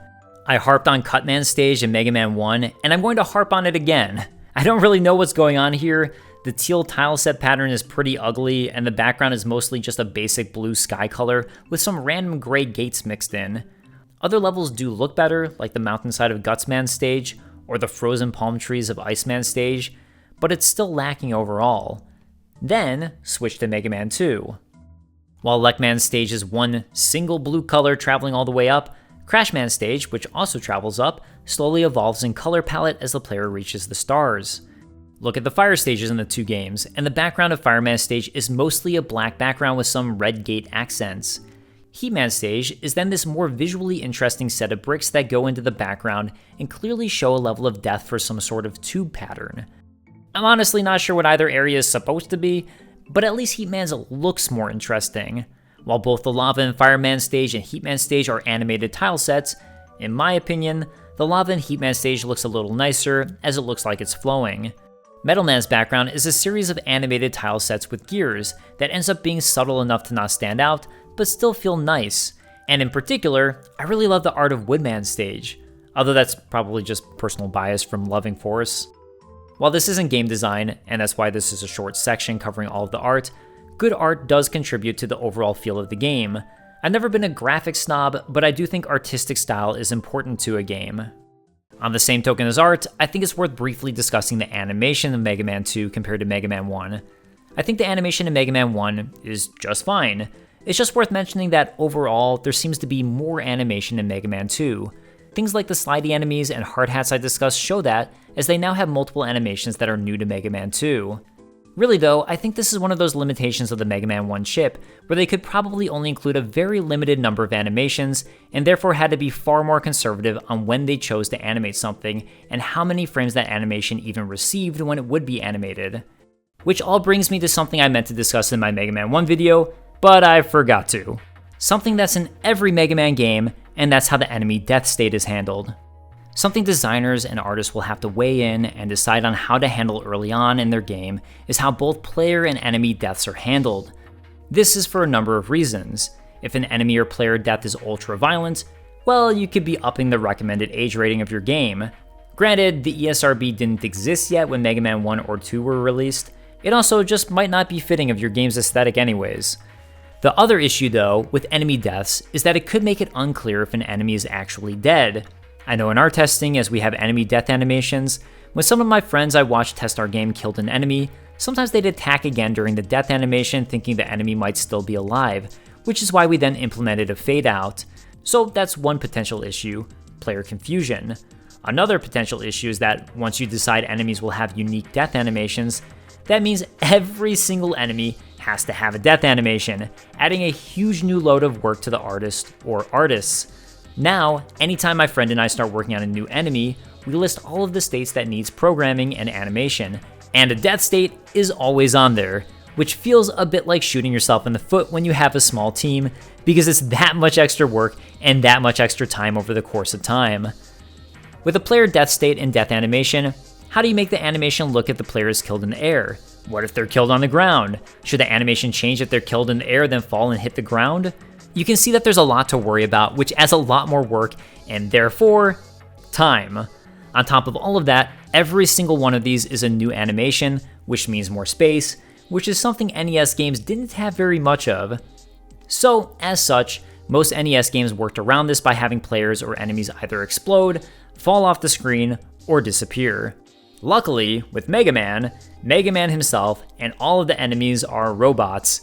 So what that meant was the team could have each enemy explode when killed with a small explosion, and this explosion is what's used for the death of every single enemy, as well as the exact same sound effect. The consistency is actually nice, as it completely eliminates any possible player confusion for if they defeated an enemy. Mega Man also has this super cool explosion effect when he dies, which, in my opinion, beats falling off the screen or just disappearing, like in Ninja Gaiden, and has become pretty iconic. Yet another subjective element to Mega Man 2 that, in my subjective opinion, was an upgrade to Mega Man 1 was in the music. While Manami Matsumae did an absolutely fantastic job with the music in Mega Man 1 and set the standard for the series, Takashi Tateishi handled the music for Mega Man 2 and, in my opinion, created the gold standard for NES music. While there were a few tracks in Mega Man 1 that stood out to me as being particularly great, Mega Man 2's soundtrack is filled with non-stop catchy driving music. What I think of as Mega Man's theme song, which plays during the second half of that intro sequence, came from Takashi Tateishi for Mega Man 2. Dr. Wily Stage 1's music has been frequently referenced as one of the greatest video game tracks of all time, and just for fun, as this is subjective, my personal favorites are the Mega Man theme, Dr. Wily Stage 1, Flashman, Woodman, Crashman, Bubbleman, Heatman, and the catchy Get a Weapon theme.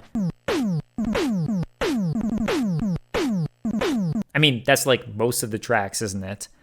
Something I find pretty fascinating from reading an interview with Mega Man creator Akira Kitamura, translated by Shmuplations, is it seems like Takashi Tateishi actually struggled with the music for Mega Man 2. According to Akira Kitamura, for MM2, Takashi Tateishi was assigned as the composer, and I was really worried when I heard his first songs. I was taken aback. They were extremely cutesy sounding, like something from Bubble Bobble or Fantasy Zone, and I realized what his mistake had been. He had looked at pictures of Mega Man and truly worked hard to write songs that captured Mega Man's world.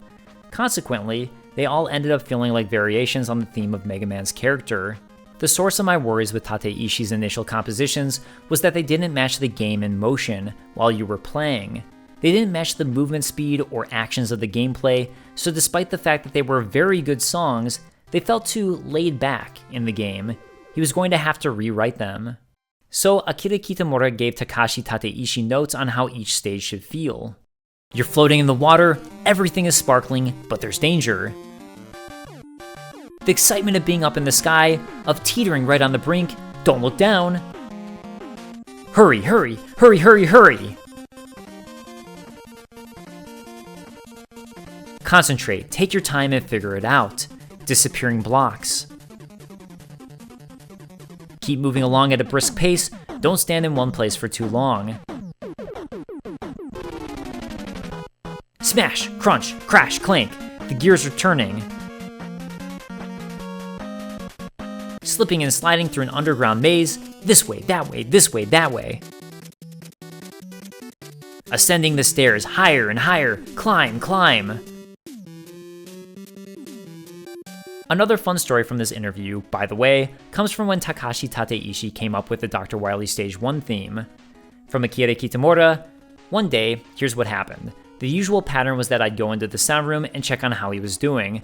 But one day, very unusually, he called me in, grinning, and said, "I just finished something awesome." That song was Wily Castle Stage 1. That song, for Tateishi and myself, represented a culmination of all our efforts on this music. It instilled us in this feeling, like we were real pros now.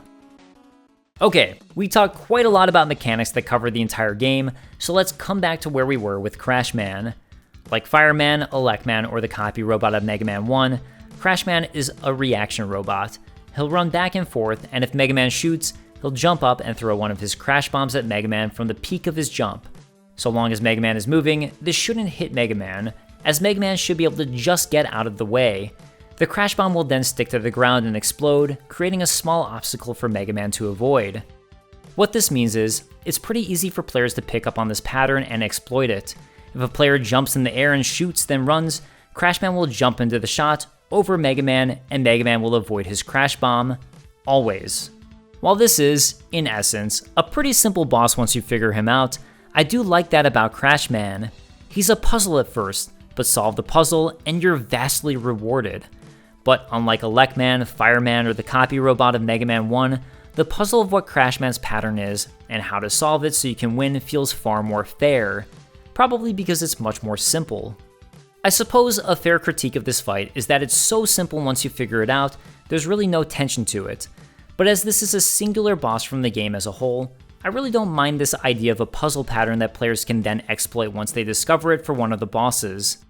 Something else worth considering is that if players continually shoot at Crashman, which, let's be honest, is typically encouraged with most bosses, they might never figure out this pattern. Although, Crashman's reaction to a Mega Buster fire is so major in him jumping up and throwing his crash bomb down anytime he's on the ground and Mega Man fires, I think that helps new players pick up on it. Like Metal Man, Crashman will occasionally shoot at the player, even if the player isn't shooting at Crashman, causing the Crashman jump and shoot reaction. However, there does seem to be a brief window at the start of the fight where Crashman will run back and forth before he starts doing this, potentially to allow players to figure this out that shooting causes Crashman to react. Crashman is weak to Airman, which makes sense as he's a jumping boss, and Airman's attack automatically heads upwards. And this attack absolutely obliterates Crashman. So much so, there's absolutely no need for strategy.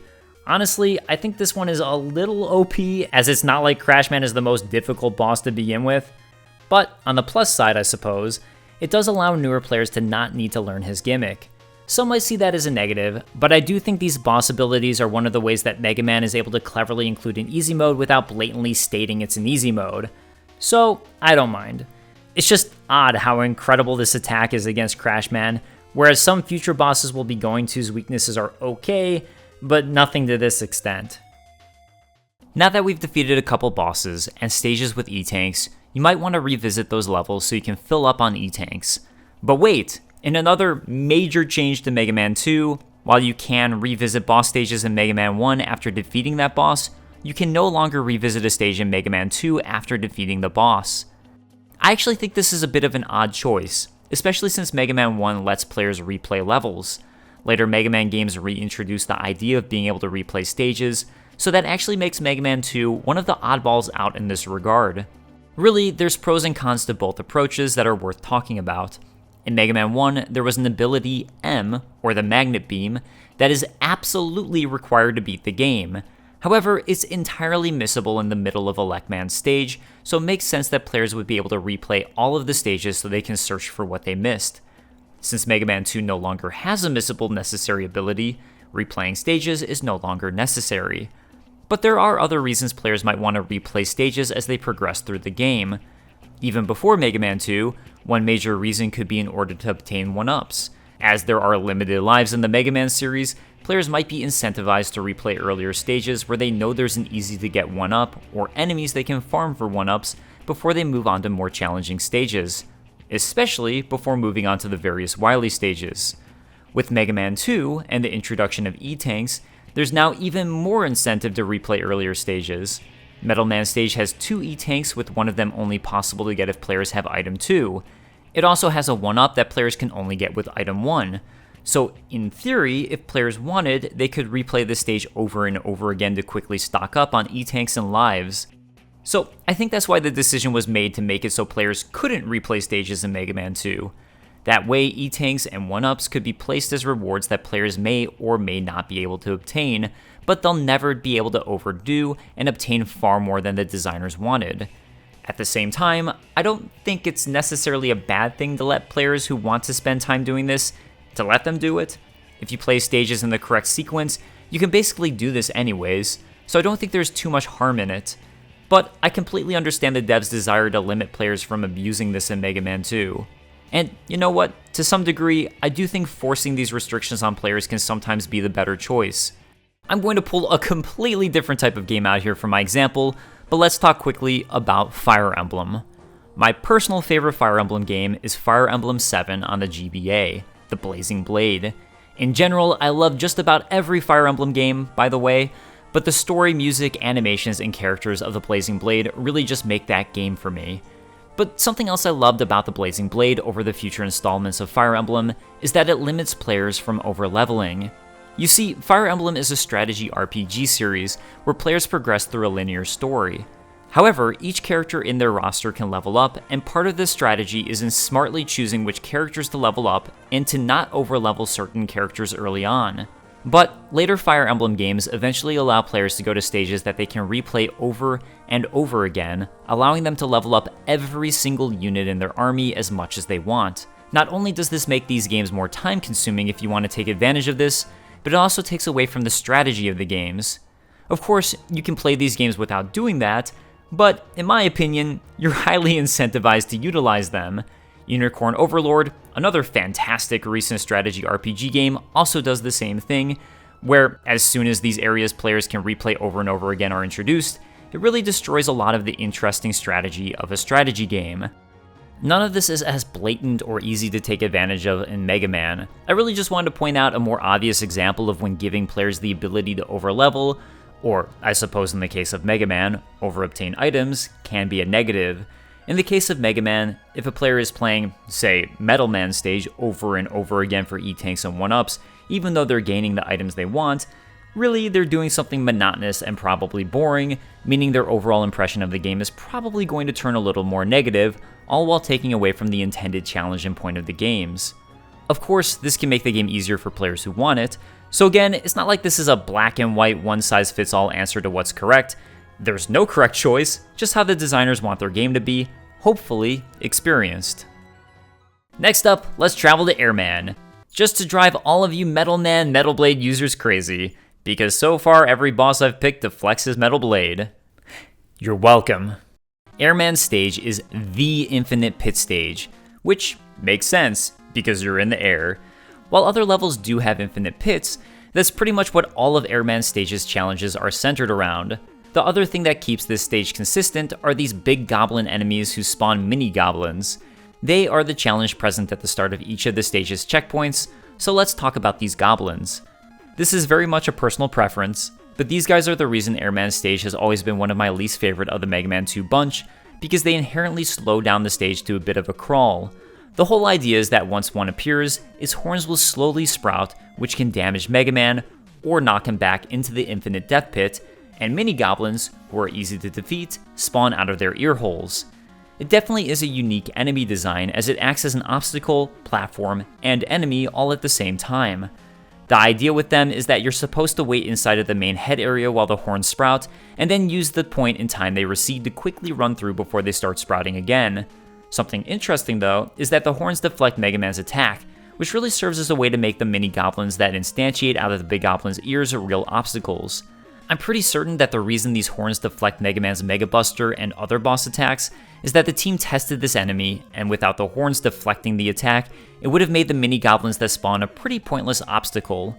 The idea with them seems to be that they block Mega Man's path from jumping onto his next platform, and players will need to take some time to shoot and destroy them, rather than quickly jumping and moving on from the horns.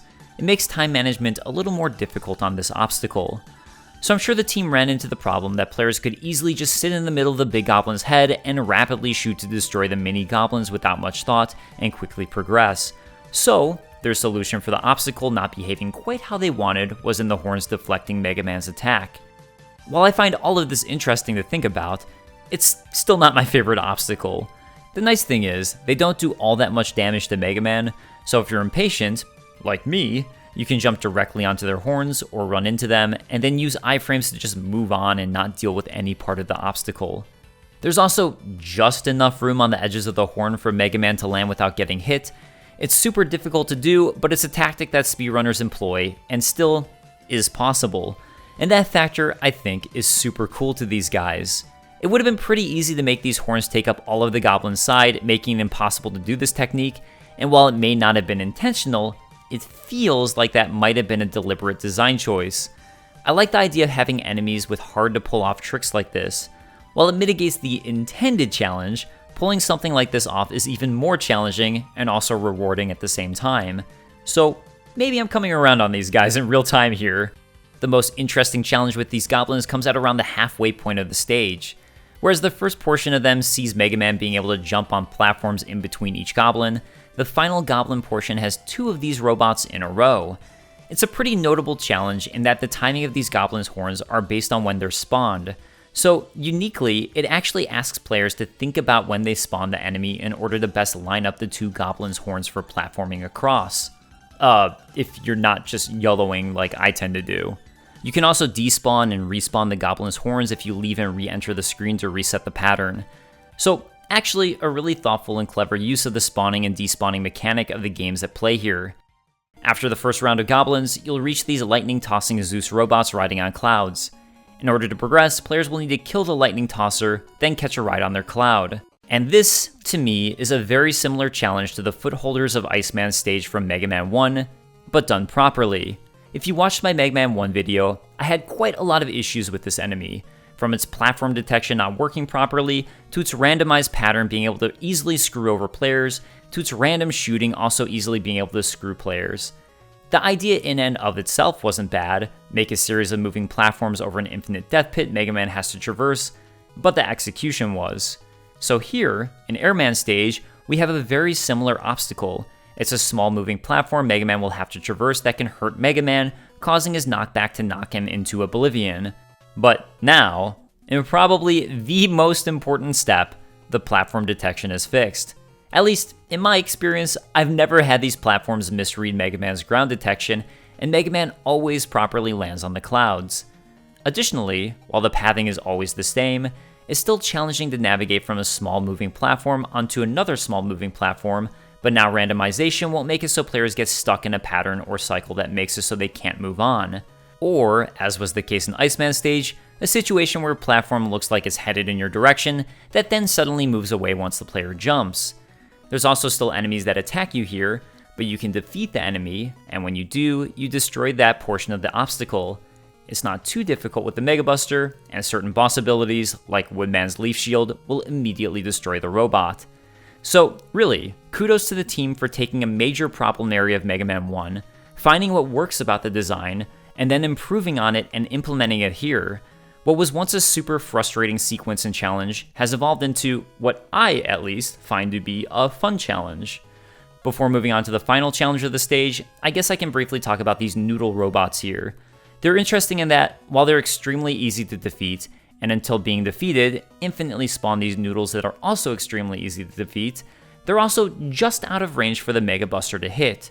So definitely a nod to the idea that the developers probably want you to be experimenting with some of their boss weapons.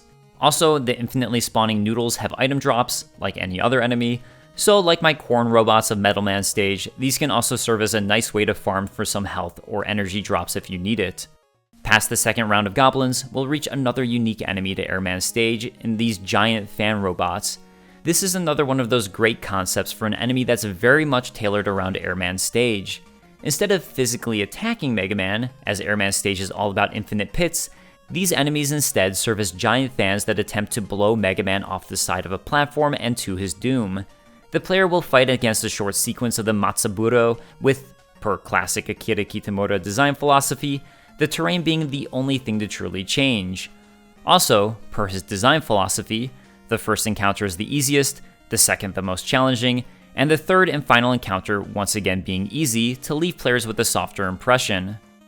While I've never been the biggest fan of this stage, in part because I don't love the goblin enemies, and in part, honestly, because Airman's stage wasn't one of the levels I listed as having my favorite music in Mega Man 2, I do have to admire how well the team focused all of its obstacles and enemies around the infinite pit concept. I also like that, for the first time, they used the art to also serve as an obstacle.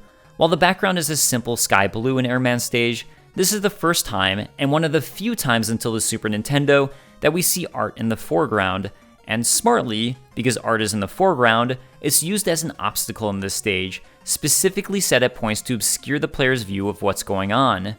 It's not obnoxious and overdone, which I think is an easy mistake to make, and is only really used a couple of times, with there only being one true danger zone due to these foreground clouds. They also managed to make the background feel more interesting, even though it's just a simple color. After dealing with infinite pits, we reach Airman himself. Airman is a boss fight that, like Metal Man, is a bit of a play on the Iceman boss concept. That is, Airman will stand near the edge of the screen, shoot out tornadoes, and then fan both them and the player across the screen, with the player needing to avoid these tornadoes while also dealing with the push of the fan. The formation of the tornadoes is random as to which set of tornadoes players will get, making the fight much more reactionary and more interesting overall than Iceman's boss fight. His tornadoes don't deal too much damage, so as long as players are blasting away at Airman, they should be able to take him out. In theory, I like this boss fight. That said, there are a few issues with it.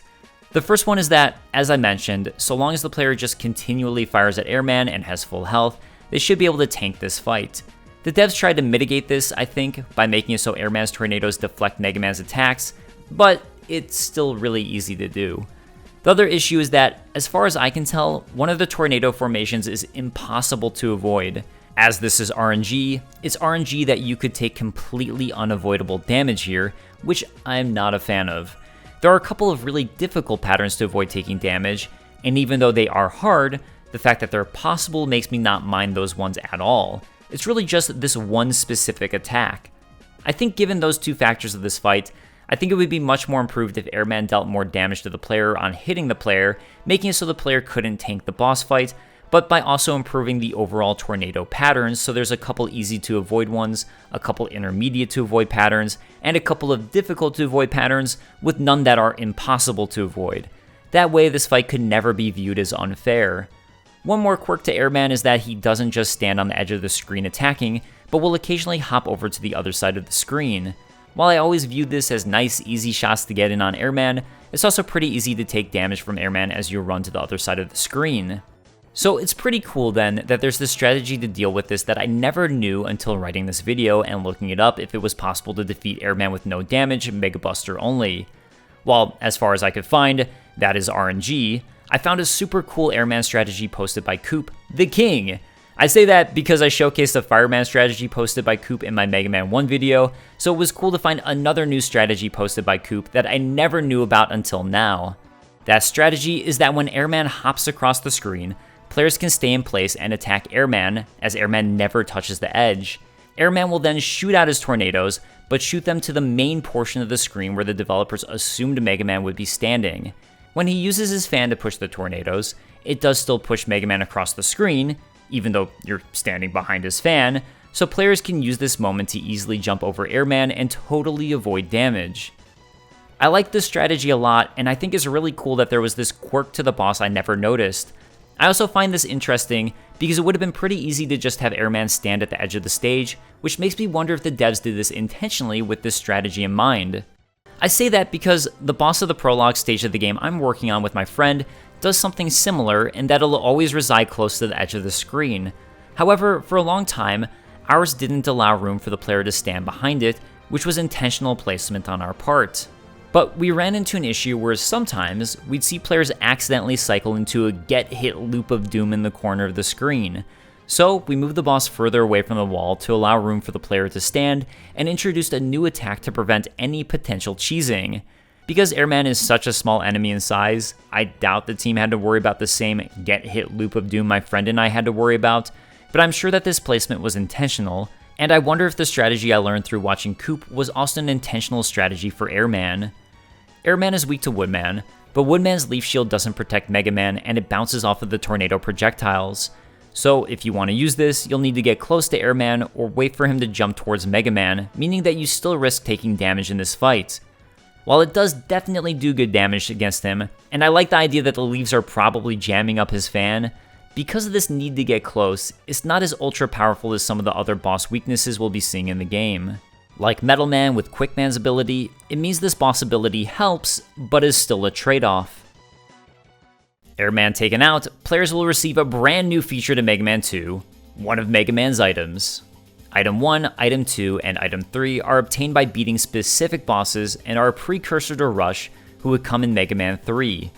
Part of the reason I chose Airman here was also to talk about these items, as I thought it would be fun to kind of intersperse new features of Mega Man 2 from Mega Man 1 throughout the video. So Item 1, Item 2, and Item 3 are kind of like a broken up version of M, or the Magnet Beam from Mega Man 1. In Mega Man 1, with Gutsman's ability, or as I found out thanks to you guys in the comments, Electman's ability, player can find the Magnet Beam in Electman's stage. The Magnet Beam allows players to create their own platforms and can extend out pretty much as far as the player wants. The only catch to it was that they only lasted for a limited amount of time, and they're considered one of the game's abilities, meaning they're limited use without picking up an energy recharge item, or getting a game over. So, in effect, the Magnet Beam could be used to easily traverse stages horizontally or vertically. However, by breaking that functionality apart, we get the items. Players obtain Item 1 for defeating Heatman, Item 2 for defeating Airman, and Item 3 for defeating Flashman. Item 1 lets players create little floating platforms, but only 3 can be out at a time. This greatly helps with vertical traversal. Item 2 lets players create a rideable rocket that won't help with vertically traversing, but blast players horizontally at a great speed.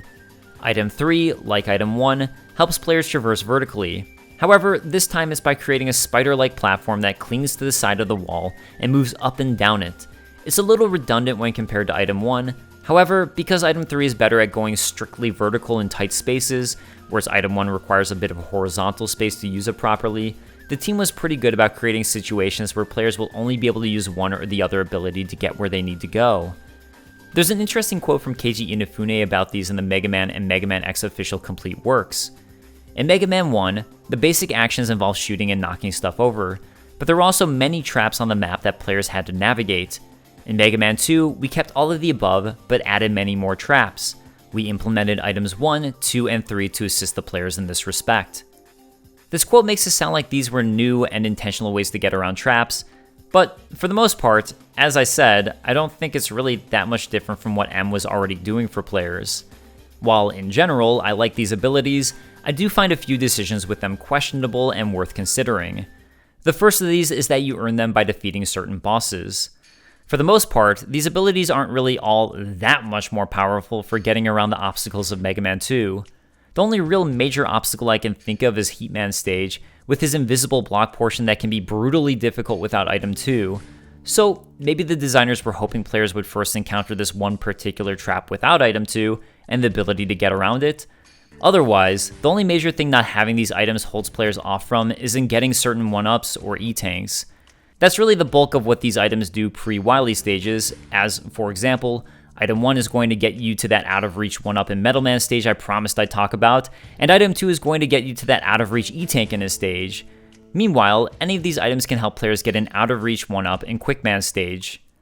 So, like most choices, there's pros and cons to weigh for how to handle obtaining items 1 through 3.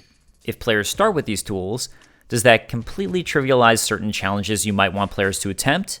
If you want a player to complete Heatman's invisible block section, or at the very least attempt it before being able to simply rocket themselves across, you definitely wouldn't want players to start with the rocket ability. You could also force players to do the challenge you want by locking the item behind the challenge. So in this example, players would only be able to get the rocket ability by defeating Heatman and therefore finishing the invisible block segment first. Or you could opt to give players this ability only after defeating a certain boss, in this case Airman, meaning that if you now return to Heatman stage, you'll have the way to easily complete this portion of the level. But as there's 8 stages and you have to beat a boss in order to obtain the ability that trivializes your challenge, the likelihood of new players at least attempting your intended challenge drastically goes up. It also makes getting that item ultra rewarding, as players might realize what it does, remember the challenging sequence, and be thankful they now have a great tool to help complete it. I imagine that's why the design team landed on this final choice, which is what we get in Mega Man 2. But the cost that it comes at is that it will make some players start to play the game in a specific order, chipping away at the idea of the game being non-linear. Heatman's Invisible Block Challenge takes memorization and is difficult to complete without beating Airman and getting Item 2. If players struggle with defeating Heatman without his boss weakness, that also means players need to defeat Bubble Man first before traveling to Heatman, making it so Heatman is now going to likely be at least the third boss players head to in many instances. I don't think that's particularly ideal, and the fact that some of these items are unlocked by defeating what feels like totally random bosses is also a little uninteresting. Yes, it's cool you get an extra reward, but why? And why were these bosses chosen as the ones you get them from? I like what later games do a little more, starting with Mega Man 4, in hiding some of these cool abilities in the stages themselves. It feels like a more rewarding way to obtain these helper abilities to me, at least. But on the flip side, Mega Man 1 makes the mistake of hiding one of these abilities as an optional ability to get in one of its stages. Because it's the only one, if players miss it, there's a strong chance they'll reach Dr. Wily's Stage 1 of Mega Man 1, where they need this ability, be totally screwed, and have no idea why. This isn't a Metroidvania game, and finding hidden abilities really isn't what these games are about. Yet. Part of the design is that the levels can be quickly traversed and beaten, so hiding secret abilities in the stages that become absolutely necessary to finish a later Wily stage is definitely a big no-no. Although, you could easily get around this issue by making it so the abilities are never necessary for a challenge. It's also worth noting, with those little rewards like 1-ups and E-tanks I talked about, by randomly not letting players obtain them simply because of the boss order they chose feels a little superfluous. Like, why should a player be rewarded simply because they chose to go to Flashman stage first, which is also one of the easiest stages, and therefore obtain item 3 before moving on? Or similarly, why need to beat Airman before being able to go to Metal Man and get an E-tank? Or need to defeat Heatman before being able to go to Metal Man and get a 1-up? The only thing I can think of is that perhaps the devs knew that Metal Man's ability was a little OP, so this was a way they chose to balance players choosing to go to Metal Man first. If you go to Metal Man first, you won't have these cool abilities, and therefore you're now punished by not getting a free 1-up and free E-tank. But I'm also not sure if they really thought that through, and I'm just attaching some random reasoning to this. It's also notable that future games, starting with Mega Man 3, give their Rush Coil, or what's essentially the vertical helper tool, to players immediately right off the bat. I'm guessing after creating Mega Man 2, the designers realized a bit of what I was talking about, and that really, there's no reason to hold back this tool from players. It doesn't really help with the game's challenges, and all it does, in practice, is let players access otherwise out-of-reach areas, so hiding it behind a boss doesn't seem to make very much sense. Although, I do understand the want to do this with the rocket tool, as that definitely can trivialize certain challenges. The second aspect to these items I'm not sure how I feel about is the fact that they take up energy to use. Again, there are pros and cons to this. The positive to making these helper abilities consume energy, just like a boss ability, is that it lets devs create specific challenges based around the ability running out. A couple of examples are in Wily Stage 2 from Mega Man 2, where the entire level is designed around the idea of using your rocket for a limited amount of time and then deciding when to hop off. Similarly, a specific challenge was created around this idea for Mega Man 3, where players will need to actively refill their Rush Jet ability in the Doc Robot version of Needle Man stage, or Rush Marine in the Doc Robot version of Gemini Man stage. It also prevents players from completely abusing these abilities, which again really only matters for Rush Jet or Item 2. I don't think you can really abuse Rush Coil, although I suppose there probably are ways players could abuse Item 1 that I just never really thought to try.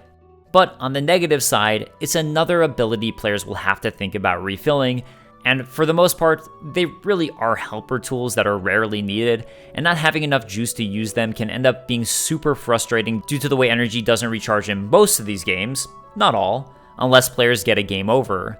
Take the exact same challenges I listed before. If players die at Wily Stage 2 and Mega Man 2 after basically running out of energy for their rush jet, now they'll be forced to farm for energy drops before being able to attempt this challenge again, or force a game over. Even worse is Needleman Stage in Mega Man 3, which if you mess this one up and run out of rush jet energy recharges, you're basically screwed and will need to force a game over midway through the stage. That's really an issue more so with Mega Man 3 design, as Mega Man 1 had a solve for this. When they wanted to require players to utilize the Magnet Beam ability, they put a room right before this ability with infinitely spawning energy refills. So I know I went back and forth quite a bit on the pros and cons of obtaining these items and how their functionality is handled, but that's really to show that there isn't one specific right answer and each choice leads to different problems. While I don't love that these items are obtained by beating what feels like random bosses, I do see the issue with the other ideas I presented. Even if you obtain these abilities by finding them in a stage, similar to Mega Man 4, 7, or the Mega Man X series, which I think is my preference, that still doesn't solve the issue of nonlinear stage order. So I'm going to toss this back to all of you watching. What solution is your favorite, and how do you feel about the way these items were handled in Mega Man 2? I spoke about Heatman quite a bit in the last section, so as we've been on that topic, let's choose him as our next stage. Also, he isn't weak to Metal Man, so it goes along with my cool theme of playing the worst order after choosing Metal Man first. You're welcome. Well, Heatman's stage is similar to Airman's in that most of it is traversing areas with infinite death pits, or lava, which functions exactly like an infinite death pit in that it instantly kills you in one hit. The way the stage and obstacles are handled is completely different, making the stage still feel totally unique. The stage really comprises of two major horizontal segments, all about platforming to avoid lava or an infinite death pit. The first of these has players attempting increasingly difficult platform segments, all while fending off against turkey robots and tellies. Really, it's not challenging at all for veteran players, but I imagine the one-tile jumps players will need to complete will be a challenge for newer players, especially when dealing with tellies spawning. The turkey robots can get difficult if enough get on the screen at once, but they can also be rapidly destroyed with the Mega Buster or one-shotted with the Metal Blade. I actually prefer the Mega Buster for this, because players can run and shoot, whereas the Metal Blade forces players to briefly pause to throw the blade, and I think, hopefully, this segment really funnels players into learning that playing this quickly without stopping is actually the best strategy. I'm so used to playing this segment that it's honestly pretty difficult for me to look at this from a newcomer's perspective. I do think it's worth noting in the stage layout that when dealing with the more challenging turkey robots, the players are given much longer platforms before needing to jump. The next segment, with the easier to defeat tellies, begins a sequence with a couple 2-tile long platforms before becoming more challenging 1-tile long platforms. Although, once these jumps become a sequence of 1-tile platforms with tellies to worry about, they all stay on the same level. They only become uneven and therefore more difficult once the player reaches an area with no spawning tellies. So while the platforming itself becomes difficult, the outer challenge of tellies potentially knocking players back into a lava pit disappears, changing up the challenge, but probably keeping the overall difficulty roughly the same. Unlike the start of Airman Stage, which encourages slow caution, this one definitely encourages constant movement, and for that, I personally really enjoy the start of this stage. Afterwards, we come to two slidey enemies protecting the path onwards. I'm not sure if it was done intentionally, but this area allows players to despawn the slidey enemies. I talked a bit about the spawning system of the NES Mega Man games in my Mega Man 1 video, and how enemies spawn based on when Mega Man enters a certain zone of the screen. They'll only spawn if the game detects they aren't currently on screen. However, likely due to memory limitations, enemies will also despawn as soon as they exit the screen. This despawning usually doesn't affect enemies in Mega Man too much, although I'm sure that the designers had to constantly weigh enemy placement in general with this in mind.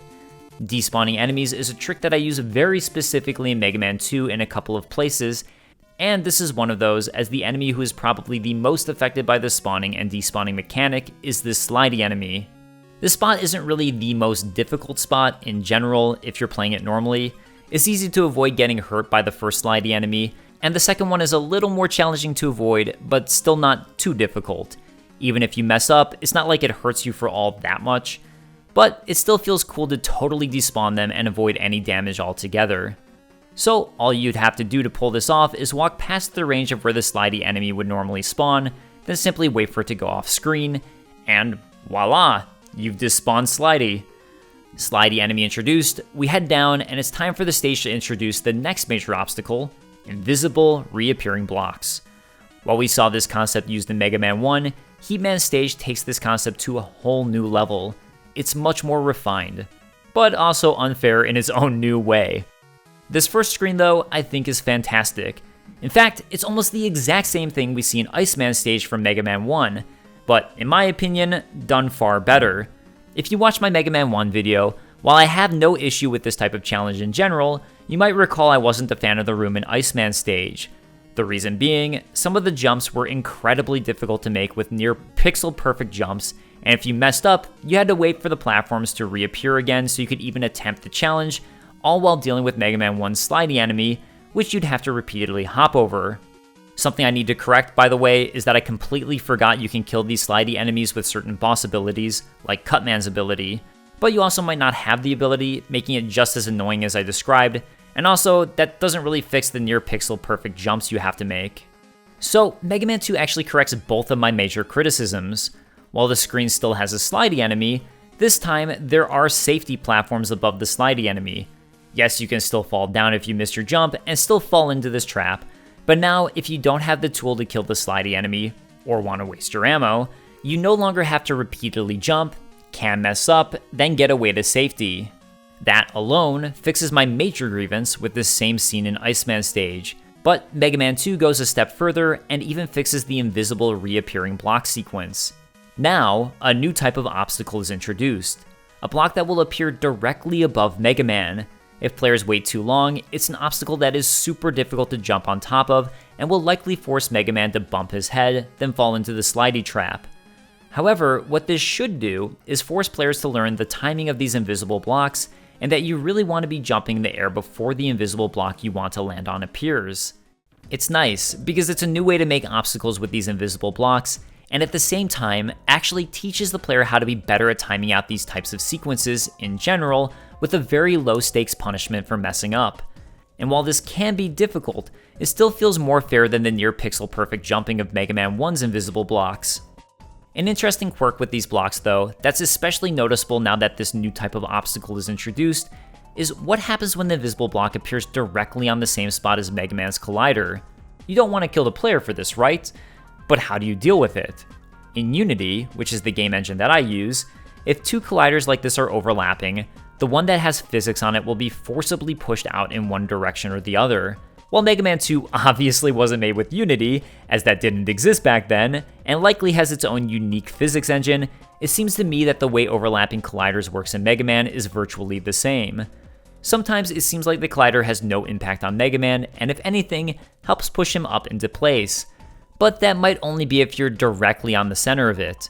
If you're not, it seems that the collider of this invisible block forcibly pushes Mega Man horizontally outside of the block's collider tile area, all while maintaining his vertical momentum. I think this is probably as fair as you can get with this type of issue. Colliders appearing out of nowhere can definitely wreak havoc, especially if it also affects enemies. But by nudging the player out of the way, rather than, say, killing the player or freezing the player in place, I think that's really the best solution.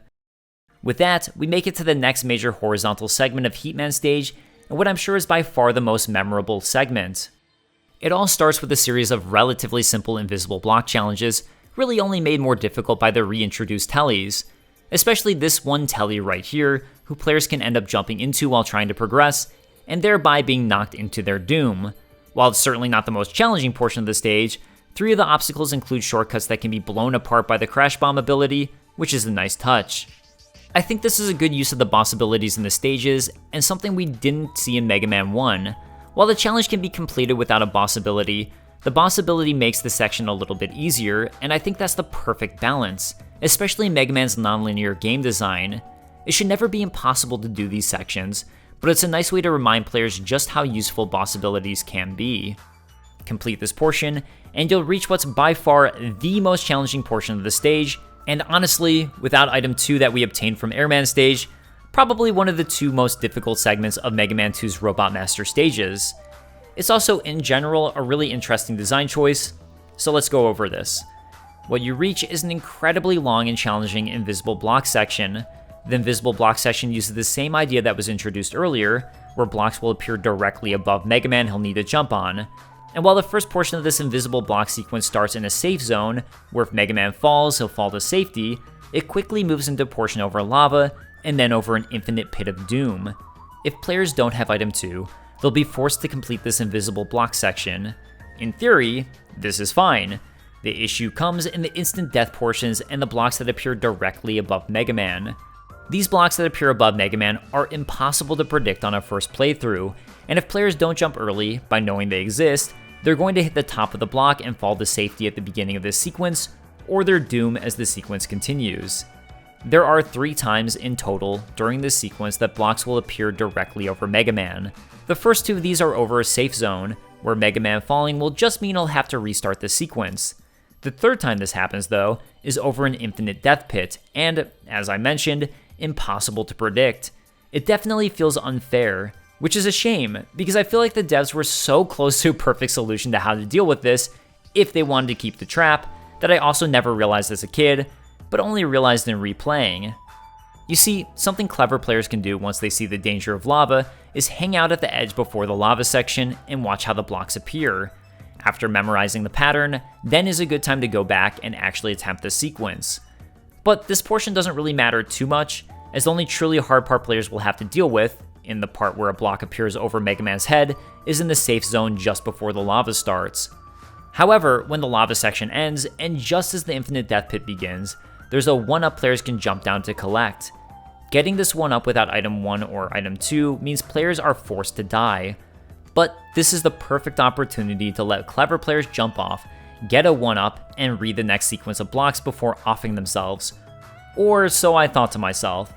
What if clever players jumped to get this 1-up, hung out for a bit, saw where an invisible block would appear directly above Mega Man, and then used this knowledge to die, but come back and complete the sequence without having truly lost a life thanks to the 1-up? How clever! How brilliant! And it doesn't work that way. As it turns out, there is indeed that 3rd block that appears just above players right at the start of the infinite death pit, and if players don't know it's coming, they're going to die. I guarantee it. However, the section players can reach with a 1-up doesn't allow players to see far enough to actually see the portion where the invisible block would appear above Mega Man. You're just out of sight of it, and that's a shame, because honestly, I would have really liked this solution. Instead, what it might serve as is a reminder for players with item 2 that this would be a great spot to use it and try it out. Or if players haven't gotten item 2 yet, if they do return to the stage with item 2, maybe they'll remember the 1-up placement and realize they have a new tool to help. That's okay, but I really wish my idea of being able to spot the trap here worked out. Now, as I alluded to, there is another way to complete this section of the stage. If players defeated Airman before heading to Heatman stage, as we did, they'll have obtained item 2. As item 2 is the jet Mega Man can ride horizontally, players can actually deploy this jet at the start of the lava portion to completely skip the entire difficult sequence. Or they can get to the 1-up and then use their jet. Granted, you can bump into an invisible block and fall to your doom if you're not careful. This, as well as Quickman stage, who we'll come to, is a really interesting design concept, and I'm curious to see how everyone in the comments feels about it. What we have is a stage that is, in general, on par in terms of difficulty with all of the other stages of the game, until we reach this incredibly challenging invisible block sequence. It's a sequence that I would deem unfair, as I don't think there's any way new players can predict and know how to handle without dying, but it is an interesting trap sequence all the same.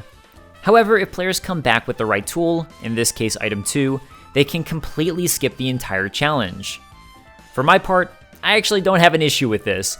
Because it's not overdone, only a couple of stages use these unique tool-based challenges, veterans can still complete this without needing that helpful tool, and the stage length of Mega Man 2 is overall short. For me, this actually stands out as a pretty cool challenge. I get the frustration new players must experience reaching this, and look, it's probably not great that it would probably cause most players to have to either restart the stage or come back later, but technically, it is possible with 3 lives. You'll just have to play really well and sacrifice one of them to learn the pattern. I also think it's one of those things that you can only really do in a game like Mega Man. Because of the nonlinear design, if a player gets frustrated with one stage, like Heatman stage in this case, they can leave and have 7 other stages to try. It's not like they have to just keep on trying this challenge over and over again. The most major negative, really, is that it affects that nonlinear design of Mega Man. As I mentioned earlier, if you're a player who can't beat this challenge without item 2, that means you will always have to play Airman stage first, pushing Heatman to have to be at least the second boss you go to. And if you can't beat Heatman without the boss ability of Bubble Man, now it's pushed to being the third boss you can attempt. For my part, when I play Mega Man 2 and want to attempt a no-death run, as I enjoy doing these challenges and trying not to rely on the items as a crutch, I actually specifically go to Heatman stage first as I want to get that challenge over with, then Quickman stage second. Ironically, what that means for me is Heatman ends up being the stage I always travel to first just to get the challenge out of the way. Before I move on from this challenge, it's worth mentioning that it's really not all that difficult beyond memorizing when the invisible blocks appear above Mega Man, and actually it's very similar to the challenge we saw at the start of the stage with the tellies, now just on tiles that appear and disappear. So it's a nice way to tie together the challenges of the stage and keep them consistent. I actually wonder if, in this stage, the team worked backwards. Perhaps they knew what they wanted the final challenge to be, with this long sequence of invisible blocks, and then built the earlier portions of the stage as a way to build to the challenge and teach players how to handle it properly. Manage to make it past the invisible block challenge and you'll reach one final enemy before the boss gate, and in this playthrough, our first time encountering the Sniper Armor and Sniper Joe. Sniper Joe is actually an enemy we first saw in Mega Man 1, however, I critiqued the enemy for being too unpredictable and too random, making it a little frustrating to deal damage to Sniper Joe. I think the Mega Man team felt similar about the enemy design for Sniper Joe, because this new iteration fixes that issue. Now, Sniper Joe will hold up a shield and occasionally shoot a 3-bullet burst at Mega Man before raising back up his shield. Like the Sniper Joe of Mega Man 1, Mega Man can only hurt this enemy during the middle of his attack when his shield is raised. It's a great design because Mega Man can really only injure the enemy while dealing with his attack at the same time. Players can also risk trying to kill the Sniper Joe faster by standing super close to him and therefore rapid firing bullets, but be more likely to be hit themselves, or play it safe by standing far away, putting less rounds in him, but making it easier to avoid his attack.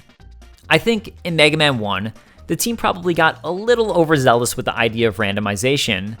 Randomization is good in that it makes enemies less predictable, but at the same time, sometimes enemies are more fun if they have unique patterns players need to learn, as learning that pattern is fun in and of itself. Randomization means players will have to quickly think on their feet, which is great, but when an enemy guards all of the time and the intervals for hurting it can be ultra short before it puts up its shield, to me, it feels like this just unnecessarily draws out a fight. While I definitely like this change to Sniper Joes, sometimes you'll find them riding on the Sniper Armor, and the Sniper Armor, I'm not sure how I feel about. It seems, to me, that taking damage from Sniper Armor is almost unavoidable without its weakness. If it shoots you, it's pretty unlikely you'll be able to dodge out of the way in time, unless you utilize the staircase specifically in this stage. And if it jumps at you, it's pretty unlikely you'll be able to run under it, although you can. The Sniper Armor also has a decent amount of health before it can be destroyed, so it's a bit of a bullet sponge. In a way, it reminds me a bit of the big-eyed turkey robots of Mega Man 1, not to be confused with the turkey robots of Mega Man 2, but not nearly as egregious as it doesn't hurt Mega Man for 1/3 of his health. Instead, it hurts Mega Man for 1/4 of his health if it rams into Mega Man, or only 2 bars of health for shooting Mega Man. I've mentioned before I don't like enemies who deal unavoidable damage to Mega Man, but this isn't the worst case at the very least. And hey, if you have Airman's boss ability, that will take these guys out in one attack. Complete the Sniper Armor and it's on to Heatman. Heatman is a Zippo lighter, and very likely one of the enemies who is a result of the Mega Man 2 boss design contest. This contest is pretty well known at this point, and I'm assuming people watching this know about it, but if not, to quickly recap, for Mega Man 2, the team decided as a way to hype up Mega Man 2 and get fun ideas for bosses to have a boss design contest in Japan. Winning submissions would appear in the game, and later on, there'd be some really cool prizes like a golden Rockman 4 cartridge. Apparently, the team didn't have time to wait for these submissions to come in before starting the game, so they got to work on the stages right away, and chose the boss winners based around ideas they already had in mind. Keiji Inafune then redesigned them from there, and there's some really cool unused boss ideas, and really odd ones, that he at least drew concept art for.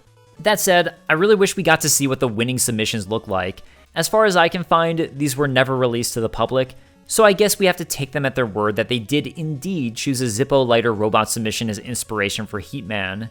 This is definitely my go-to when I think of contest-submitted bosses because it's such a funny and unique design. Heatman's pattern is pretty simple. He'll toss out flames at Mega Man, which can be pretty difficult to avoid. Then, if Mega Man shoots him, he'll turn into flames and torpedo into Mega Man and resume his attack pattern. That's it. Super simple, but also very effective.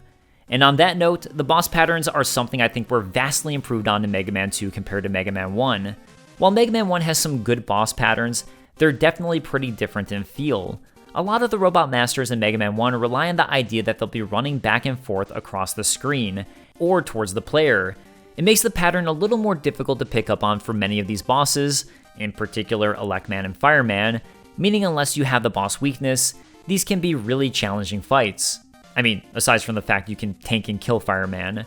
Even Cutman, who has a pretty clear concept, run to the player then jump when close and occasionally tosses scissors, just feels a little more sporadic to me.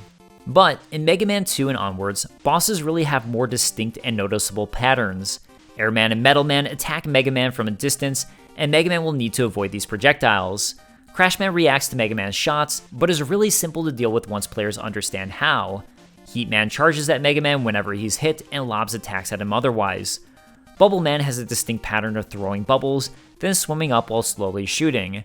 And Woodman tosses his leaves at Mega Man before leaves fall from the sky. These are pretty much all clear patterns players can pick up on, and should be able to learn, then deal with within 3 lives, even using Mega Buster only, which I think is a great way to design bosses in this type of game, as lives are limited. I'll say though, Flashman and Quickman still employ a bit more of that Mega Man 1 boss feel, where the attacks are obvious enough, but there's not really a distinct pattern and they run, or hop, then randomly choose to attack. I think this general boss concept weans off as the games go on in favor of more distinct patterns, which is part of why I think boss designs for Mega Man games generally improved after Mega Man 1. In the case of Heatman, there are actually 2 good strategies for dealing with this boss pattern. The first, and probably easier strategy, is to shoot him, jump over his torpedo attack, and then run to the opposite side of the screen as he tosses his flames out. The flames will always miss Mega Man, and as soon as the player is past the final flame, they can turn and shoot Heatman, and the pattern will start all over again. The amount of time Heatman takes to charge up his flame torpedo attack seems to be random, but because players are at the opposite end of the screen here, they'll still have plenty of time to react to the torpedo attack and safely jump over it before repeating the pattern. The more difficult, but much quicker and, in my opinion, more fun way to try to take Heatman on is to try and entirely avoid him ever tossing flames at you. Because Heatman immediately turns into flames to charge and torpedo at Mega Man after he's hit, players can take advantage of this to prevent him from tossing flames. After jumping over his torpedo attack, players will need to quickly turn and shoot Heatman before he tosses his flame, and he'll then charge his flame torpedo again. The only thing is, as his charging is random in time, that means that players will have to quickly react to when they'll actually need to jump over him, which is far more challenging. I really like that there are 2 different and totally viable strategies to defeating Heatman. The only real difference is a time save, but I think that's a fun reward during a boss fight, where repeating the same pattern over and over again can get old fast. I mean, I just think of how much I dread fighting K. Rool in the Donkey Kong Country games because the fights last so damn long, and because the pattern is the exact same in those games over and over again, it becomes a monotonous memorization game once players get far enough into those fights. Back to Mega Man, Heatman has another fun quirk to the fight. That being, while he's weak to Bubble Man's Bubble Lead ability, he'll actually gain health from Crash Man's Crash Bomb, and not just a little health, this attack will fully restore his health. I'm not sure how many players will really notice this because, speaking from my experience, usually when testing boss abilities against bosses to see what they're weak to, I do this during the very start of the fight. So if anything, for most players, this might be a quick, oh that didn't work. Plus, Bubble Lead seems like the obvious weakness to Heatman, but it's still a fun little quirk to the boss, and I love when games have these things in them. It's like how Final Fantasy VII had it so Rude will never attack Tifa unless she's the only remaining party member, and he has to, because he has a crush on her. Most players probably won't notice that, but it's still a fun little detail.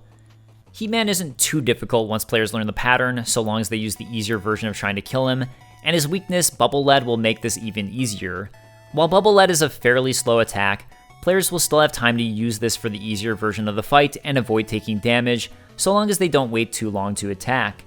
Otherwise, if players want to try the more difficult version, or don't fully understand Heatman's pattern, as long as they have full health, they should still be able to wing it in this battle and beat Heatman with Bubble Lead. Which, hey, as I mentioned earlier, I think that's kind of part of the whole point of these boss abilities in the boss fight. After taking out Heatman, players will receive his ability, of course, and Item 1, which is the most useful tool for vertical platforming. If players want to first get all 3 items in their playthrough, that way they'll never miss a 1-up or E-Tank, a good boss order is certainly Airman, Heatman, and then our next stage. Flashman! Flashman stages, in my opinion, a really fun and unique way to handle an ice level. Because really, at the end of the day, that's what this stage is. An ice level with a different window dressing. So, let's talk about ice levels. In many platform games, there will be some sort of zone with an ice level, or some visually unique variation of it. These ice stages all seem to act about the same across games. The idea being that players will have a prolonged deceleration period due to sliding on ice. In my Mega Man 1 video, I talked about how Mega Man's deceleration didn't feel very good because there was no acceleration. It felt weird and too slidey. But here, on ice stages, that is the gimmick. While players are still technically in full control of their character on these ice stages, because the deceleration will work the exact same every single time, it still feels like the player has less control. If you're used to a character stopping on a dime, like in Mega Man 3, or even having a certain deceleration, like in Mario, as you play the game, you really get used to this specific feeling, and that will feel right or correct for the game. So adding any momentum deceleration, as ice stages do, will completely throw you off, as fair as they are, because you've grown accustomed to how a character should behave on platforms, and now they're suddenly acting differently. It's an easy way to take this same exact level design you might have had in an earlier level, but suddenly make it much more challenging by seeming to take control away from the player. Now, I'm sure there are many of you out there who dislike ice levels for this reason, and I get it. While I don't particularly mind ice levels myself, they definitely are far more challenging than a normal stage. Although, on a subjective, personal level, I get more tired of the visual gimmick of it, so I really like games like Rayman, which switch it up by having players slide on flutes, which are essentially ice, or Mega Man 2. I have no idea what Flashman stage is supposed to visually represent, and maybe it is flashing ice blocks, but I like it. Something really interesting to me about the entire design of Flashman stage is that usually with these ice stages, you'll see the same sort of design as other stages, but made far harder thanks to the ice. As an example, infinite death pits that are now harder to avoid or deal with thanks to the increased deceleration. But Mega Man 2's devs decided not to do that with Flashman, and instead created this ice maze with 0 infinite death pits. It flips what could have easily been the most challenging stage in the game into what I think of as the easiest stage. It's kind of funny, in a way, because it sort of means this ice is a little pointless. I guess it makes the stage more unique than if it was a maze with no ice, but it's not like this is particularly changing the level's challenges all that much, as there are so many walls all around the player. The only real challenge in this stage that kind of shows what this level could have been if the devs had gone the infinite death pit route is at the end of the level on this optional path to getting an E-Tank. Players are required to platform across these single blocks in order to get an E-Tank, but it's far more difficult to do as landing with any sort of movement will slide the player off.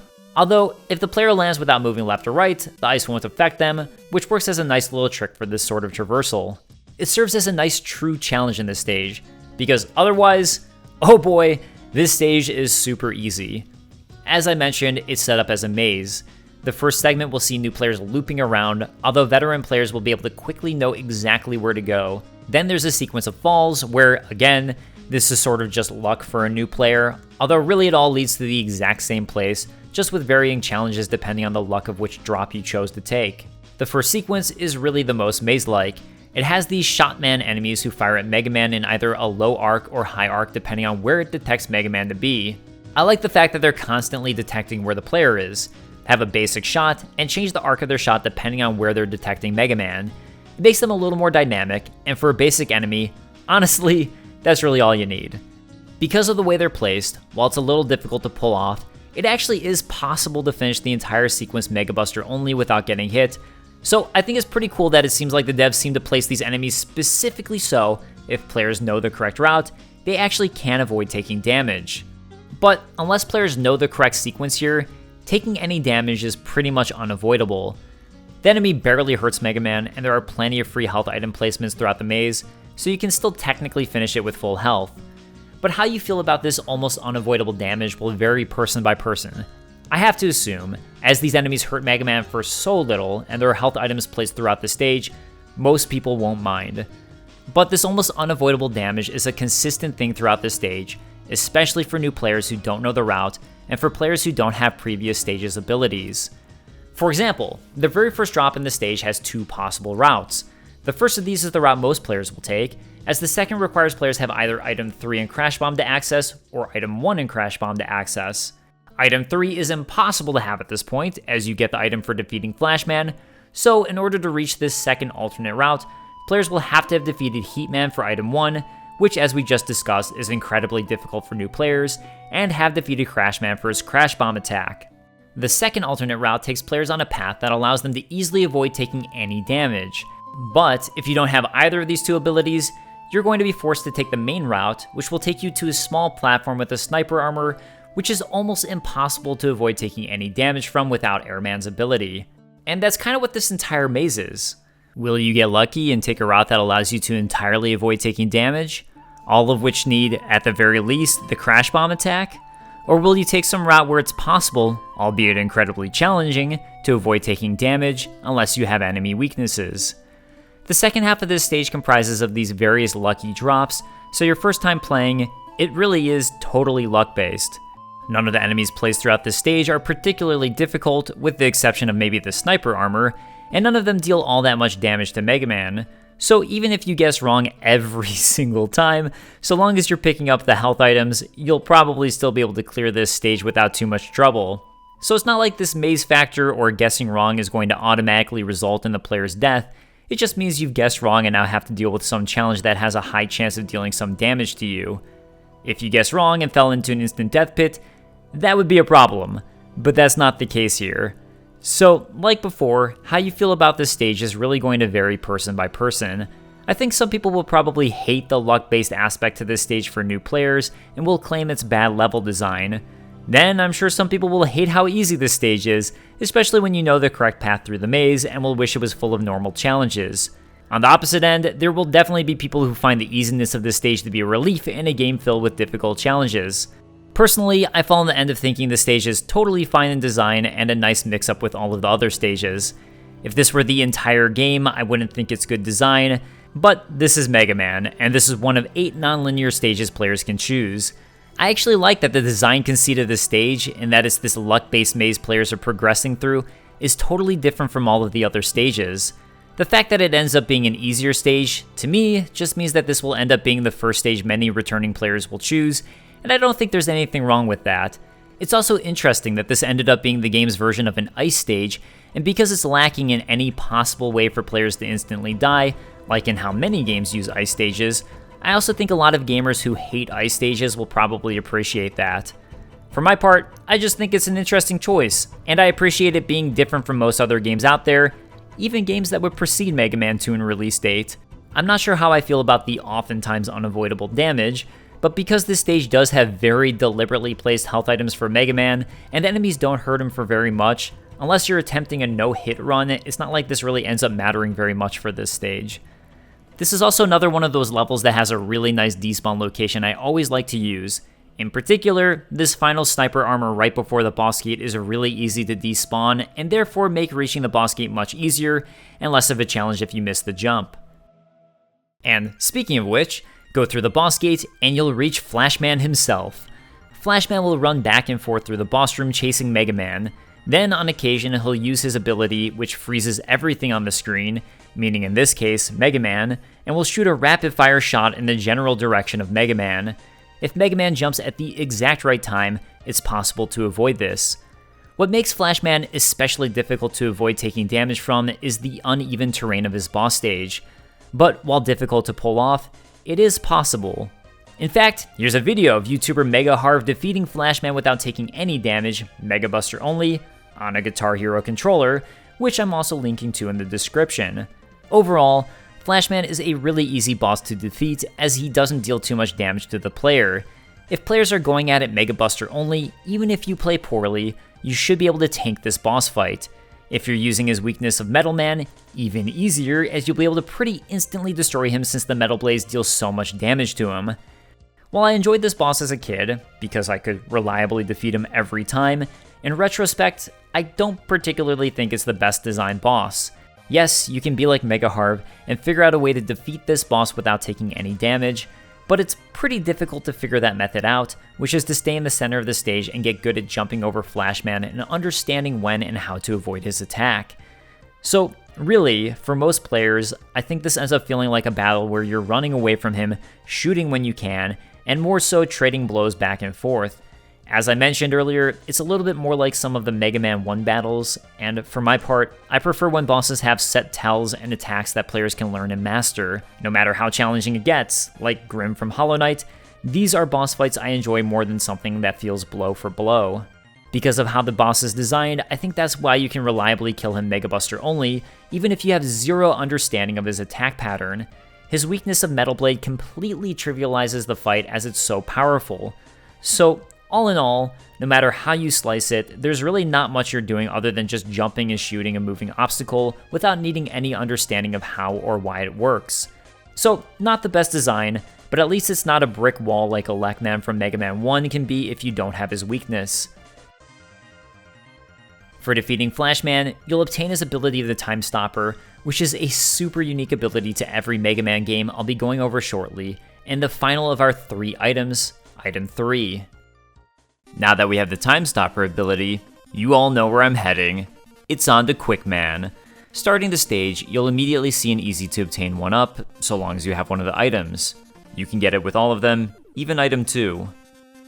And you are going to want it, because this stage is wholly different from any stage in Mega Man 1 or Mega Man 2, and really, totally unique compared to any Mega Man stage from the future games. In fact, there's another portion of the stage where it's super simple to basically get a free E-Tank and yet another free 1-up. The team certainly knew what they were doing with this Quickman stage. Before I get into the main conceit of the stage, I do want to talk briefly about the one original enemy in this level who we won't see anywhere else, these fire-tossing hotheads. These guys will lob fireballs at you by plucking them out of their basin. Really, as long as you're constantly shooting, they're super simple to destroy, and they're a pretty minor obstacle in this stage. What I do find fun though, and wanted to point out, is that the fireballs they're tossing out are actually the same fireballs that we saw in Fireman's stage from Mega Man 1. This might have just been a minor thing to save on production time, as it's one less animation that needs to be created, but even if it was a time-saving technique, it serves as a fun little Easter egg. That out of the way, what the stage really is one giant insta-death challenge. The introduction to the stage has players drop down in a safe way, but shows these beams that shoot across the stage. If a player jumps into it, they will instantly die. Miss getting hit by this, and you'll go through a slightly more challenging layout of these insta-death beams that will shoot out, which, for new players, will pretty well ensure they probably die at some point, as they won't know the stage layout and won't know what the stage's real obstacle is. Pass the hotheads and you'll reach the true challenge and point of this stage, a giant sequence of insta-death beams, with one mistake costing the player a life and needing to redo the entire sequence all over again. Unless players have Flashman's ability, they're going to need to memorize the proper sequence for completing this challenge. And really, the most challenging portion is definitely the first 2 screens. If players can get past these 2 screens, the rest is kind of a breeze, so long as you've somewhat memorized the pattern of the beams and hug the walls. Like Heatman's Invisible Block Challenge, this is yet another one of those stages that you can really only get away with in a game like Mega Man. As it can be so frustrating and difficult for new players, at the very least, they can leave the challenge and try again later. Something I really like about the way this is set up is that it's similar to Gutsman's stage in Mega Man 1, and that the most difficult portion is actually the very beginning. I think, in something super challenging like this, it really helps to alleviate player frustration. The further and further you get in a sequence like this, the more intense it gets, as the stakes continually get higher. But if the main challenge comes at the end of a difficult sequence, it means that players will have to replay the easier portions over and over again, to monotony, just to learn the difficult portion. So by placing the difficult portion first, it helps alleviate that type of monotony. Sure, players will still have to learn the easier portion that comes afterwards, but at least it's nowhere near as challenging, meaning they won't have to replay this sequence as many times. I also really like this challenge, because it's also something veteran players can come back to while having an easy way out for new players. Which leads me to Flashman's Time Stopper ability. This ability, as the name implies, stops time while it slowly drains the ability's energy bar. Players won't be able to attack, but they can smartly use this ability to help in platforming or difficult sequences where they might not want to deal with enemies that might spawn or attack. Really though, the most useful section for this ability is here in Quickman Stage. Players can use this ability to stop time and stop the beams from coming through to destroy Mega Man. Notably, the ability won't last through the entire insta-kill beam portion of the stage, but it will last long enough to get players through what is by far the most challenging section. There are two downsides to this though. As I've mentioned before with boss order in a non-linear game, this does mean that most players will need to beat Flashman first before really even being able to attempt Quickman Stage. The other, more notable downside is that if players use this ability once and die, they will be completely drained of juice and either need to attempt this challenge again without the power, farm hothead enemies in this section right beforehand for more Flashman energy, or kill themselves repeatedly until they get a game over / continue, and then can try again with the ability fully recharged. I suppose this is really a problem present with the way that abilities are handled in most of the Mega Man series. In Mega Man 8, dying once completely recharges enemy abilities, but most of the Mega Man games were stuck on the concept that boss abilities should be limited in use, and recharging them should be a reward players find throughout the stages. Really though, I think the obvious solution would be in having some free ability recharges right before dropping into the instant death beam section. The only reason I can think of to not do this is maybe the developers were hoping players who failed with Flashman's ability would then try the challenge without it and learn the pattern of the sections. And that's fine if that was their intent. But I have to imagine most players would find this to be an unnecessary waste of time and would just want their ability back. If players want to attempt this challenge without Flashman's ability, they can choose to not beat Flashman first, or choose not to equip the ability, so I think forcing the challenge for players who don't want it is unnecessary here. While this is an issue, definitely, as I'm one of those veterans of Mega Man 2 who has played the game more times than I can count, I actually really enjoyed this stage and its challenge. I also think it's pretty cool the team took a risk and made a section that most new players will really only be able to beat if they defeated another boss first and gained that boss's ability. As I've already said, this is something unique Mega Man can do with its non-linear design, and while I have no idea what the overall consensus of Quickman Stage is, I think given the popularity of Mega Man 2, the risk certainly paid off. Make it past the insta-death beams and a few sniper armors and you've made it to Quickman, one of the few bosses in Mega Man 2 who I'm not the biggest fan of, although I do like his art design. As I mentioned earlier, Quickman's design pattern reminds me a little bit of some of the bosses from Mega Man 1.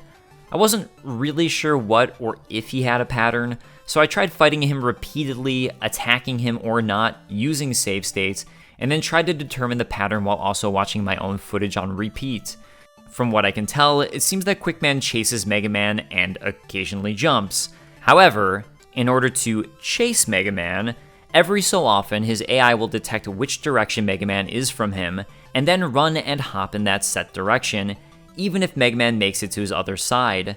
Then, after a certain period of time, he'll once again detect which direction Mega Man is, and run and hop in that set direction.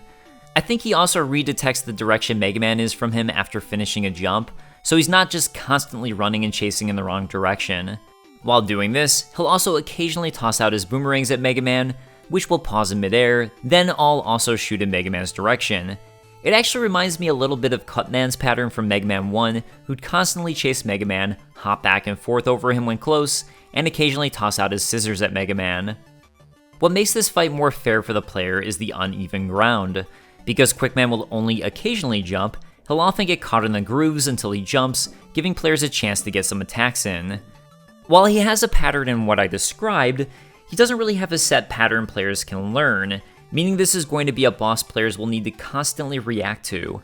And while there's nothing wrong with that, it's obviously how the team wanted the boss designed, to my personal tastes, I prefer when players can truly master a boss fight.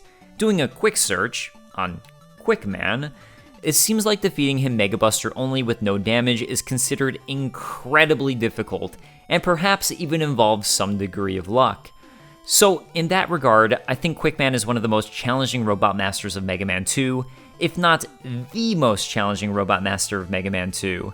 So it makes it even more odd then that his weakness is Flashman for a number of reasons.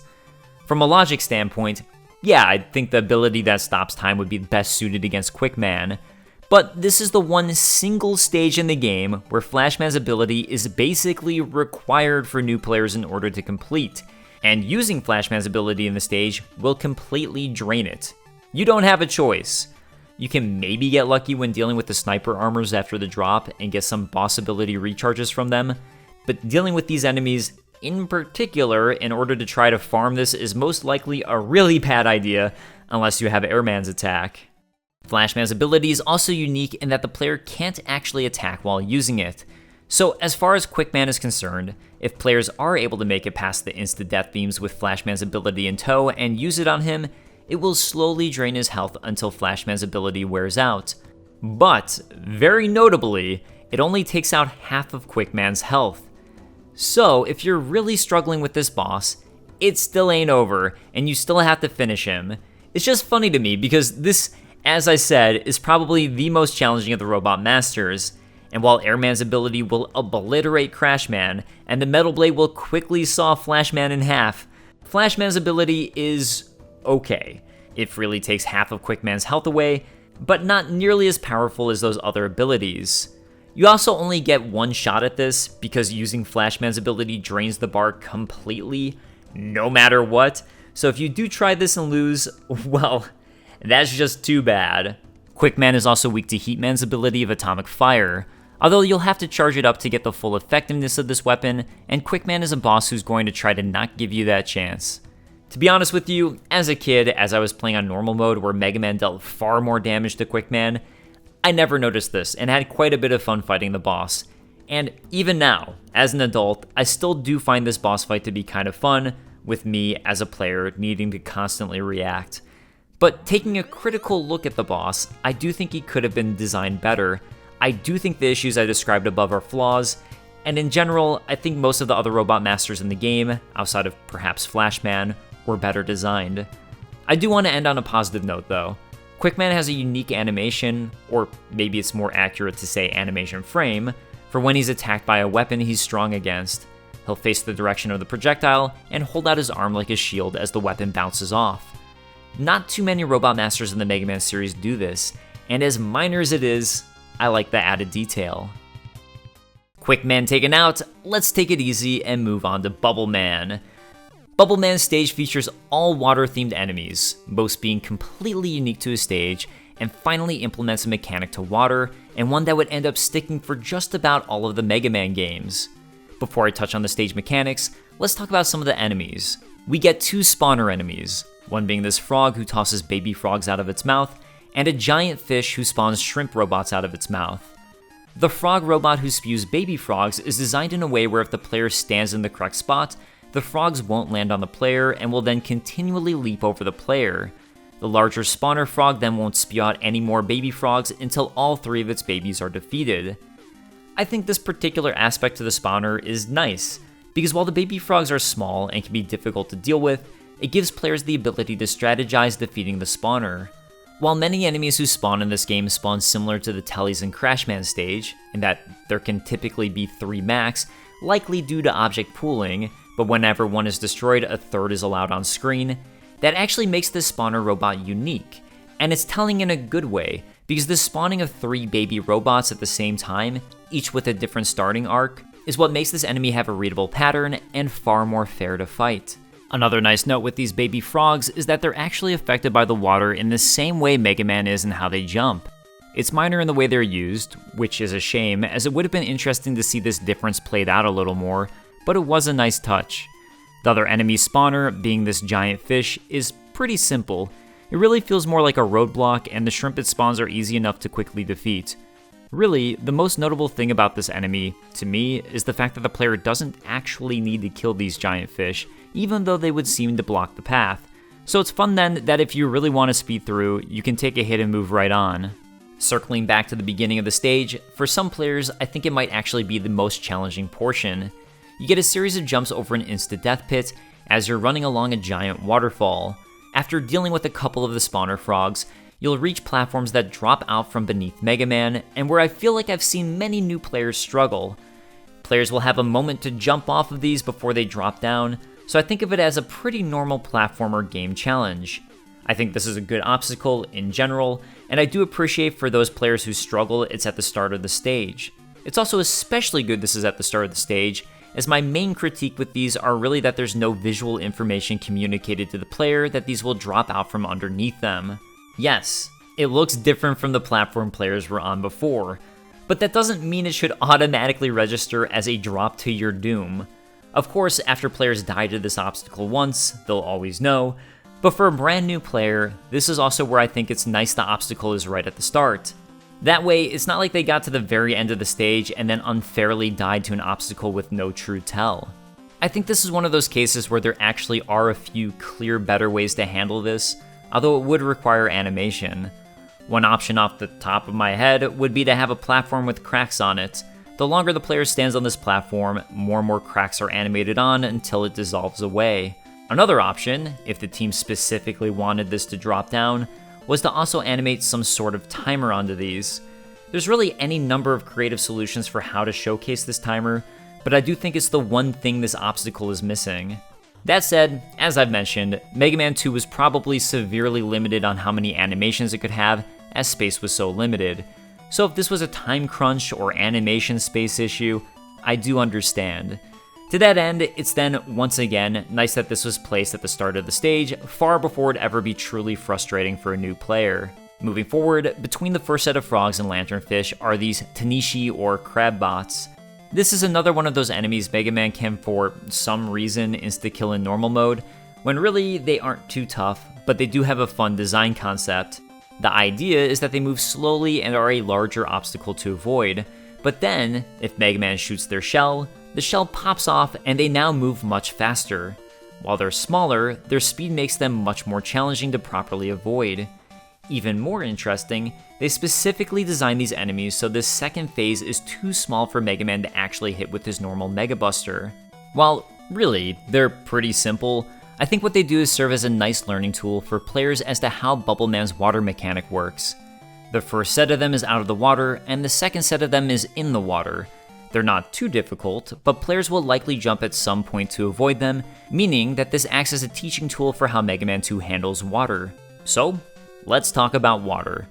Mega Man 1 had water in Iceman stage, but in reality, it didn't really do anything and just served as window dressing. In most games of the era though, water would do one of two things.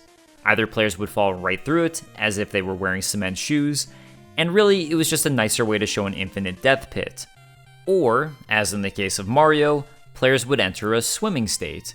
This state would then function totally different from normal platforming, with players always slowly floating down and then needing to press the jump button to swim back up.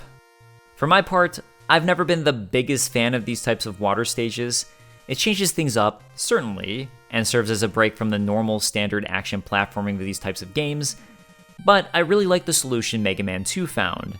Like how ice makes Mega Man act different by decreasing his acceleration and deceleration speeds, but Mega Man still, essentially, platforms in the same way otherwise.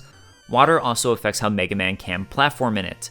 Now, Mega Man can leap as high as the water and even out of the water. And while in a game like Mega Man that could make things easier, this is where the team then created specific enemies, in this case the shrimp, who can also occupy the upper portion of the screen, making it so while, yes, Mega Man can jump higher, enemies can now come from all heights. It's a really nice way to keep the platforming of Mega Man consistent, but like Flashman Stage or Metal Man Stage, create a totally unique level by slightly altering one aspect to how Mega Man platforms. Another element the team put into this, in order to keep this new mechanic interesting, was making it so players always have to watch how high they actually jump, as instant-death spikes are reintroduced here in Mega Man 2. I love this challenge. While typically players have had to worry about dropping too low or not jumping high enough, it reverses that expectation, and now players have to worry about jumping too high. It's also nice that the spikes were changed in how they function from Mega Man 1. In Mega Man 1, if a player touched a spike, regardless of if they were in a state where the player had invincibility frames, or iframes, that player would then instantly die. What it meant was that, from a functionality standpoint, a spike was really the exact same thing as an insta-death pit. But Mega Man 2 makes it so iframes protect the player from spikes when they're on them or are touching them, but if the players don't have active iframes, they'll still instantly die from spikes. And this makes it so spikes are a unique obstacle to insta-death pits that function differently. There's a slight safety buffer with the spike. Mega Man 2 also explored the idea, as in this case, of having spikes on the ground, ceiling, and walls. Probably the most major challenge of this spike section is an area where players will need to jump into a small drop surrounded by spikes on either wall. While it's not too difficult, it's the perfect end to the challenge. Throughout the main portion of the spiky Bubble Man stage challenge, these jellyfish robots will also drop down on Mega Man, serving as an obstacle he'll need to defeat. They're so easy to destroy, I actually never knew until testing it and making this video that if players don't attack them after reaching Mega Man's height, they'll start to come at him in a sine wave pattern.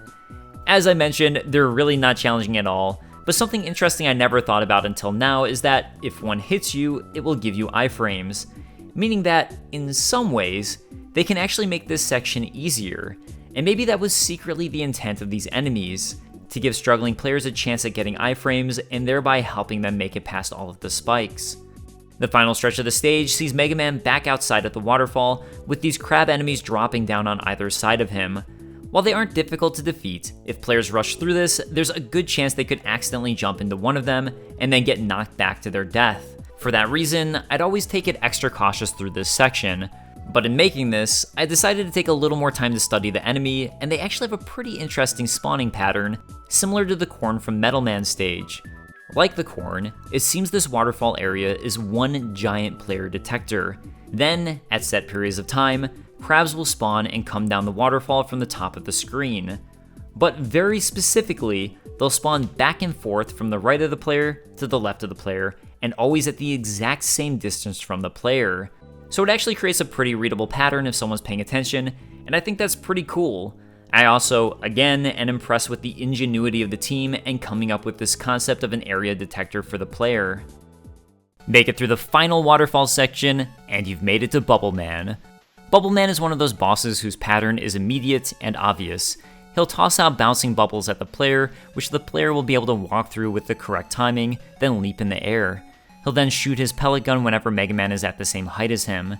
Unless you've discovered specific strategies to take advantage of his pattern, it can be difficult to fully avoid getting hit because of him shooting when at the same level as Mega Man, but it's definitely possible to take advantage of this, and easy enough to time out walking through his bubbles without getting hit.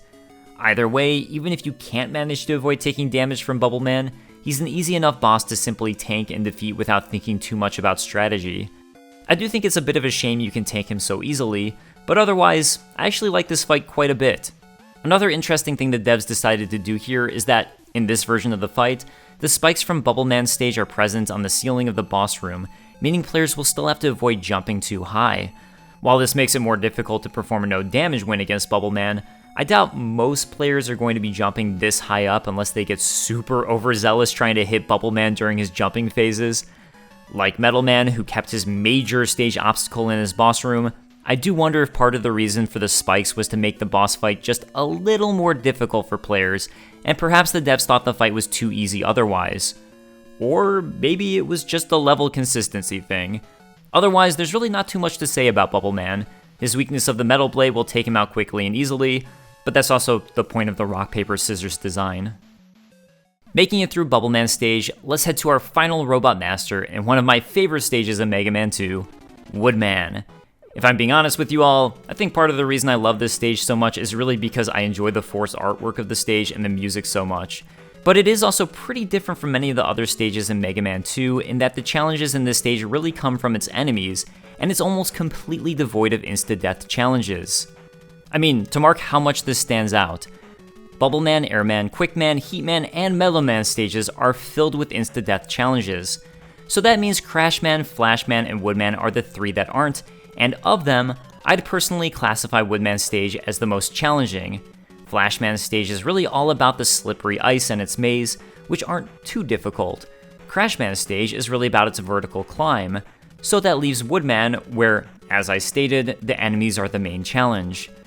So with that said, the enemies that we get here are bats, rabbits, hot dog enemies, monkeys, birds, and these turkey robots at the end of the stage.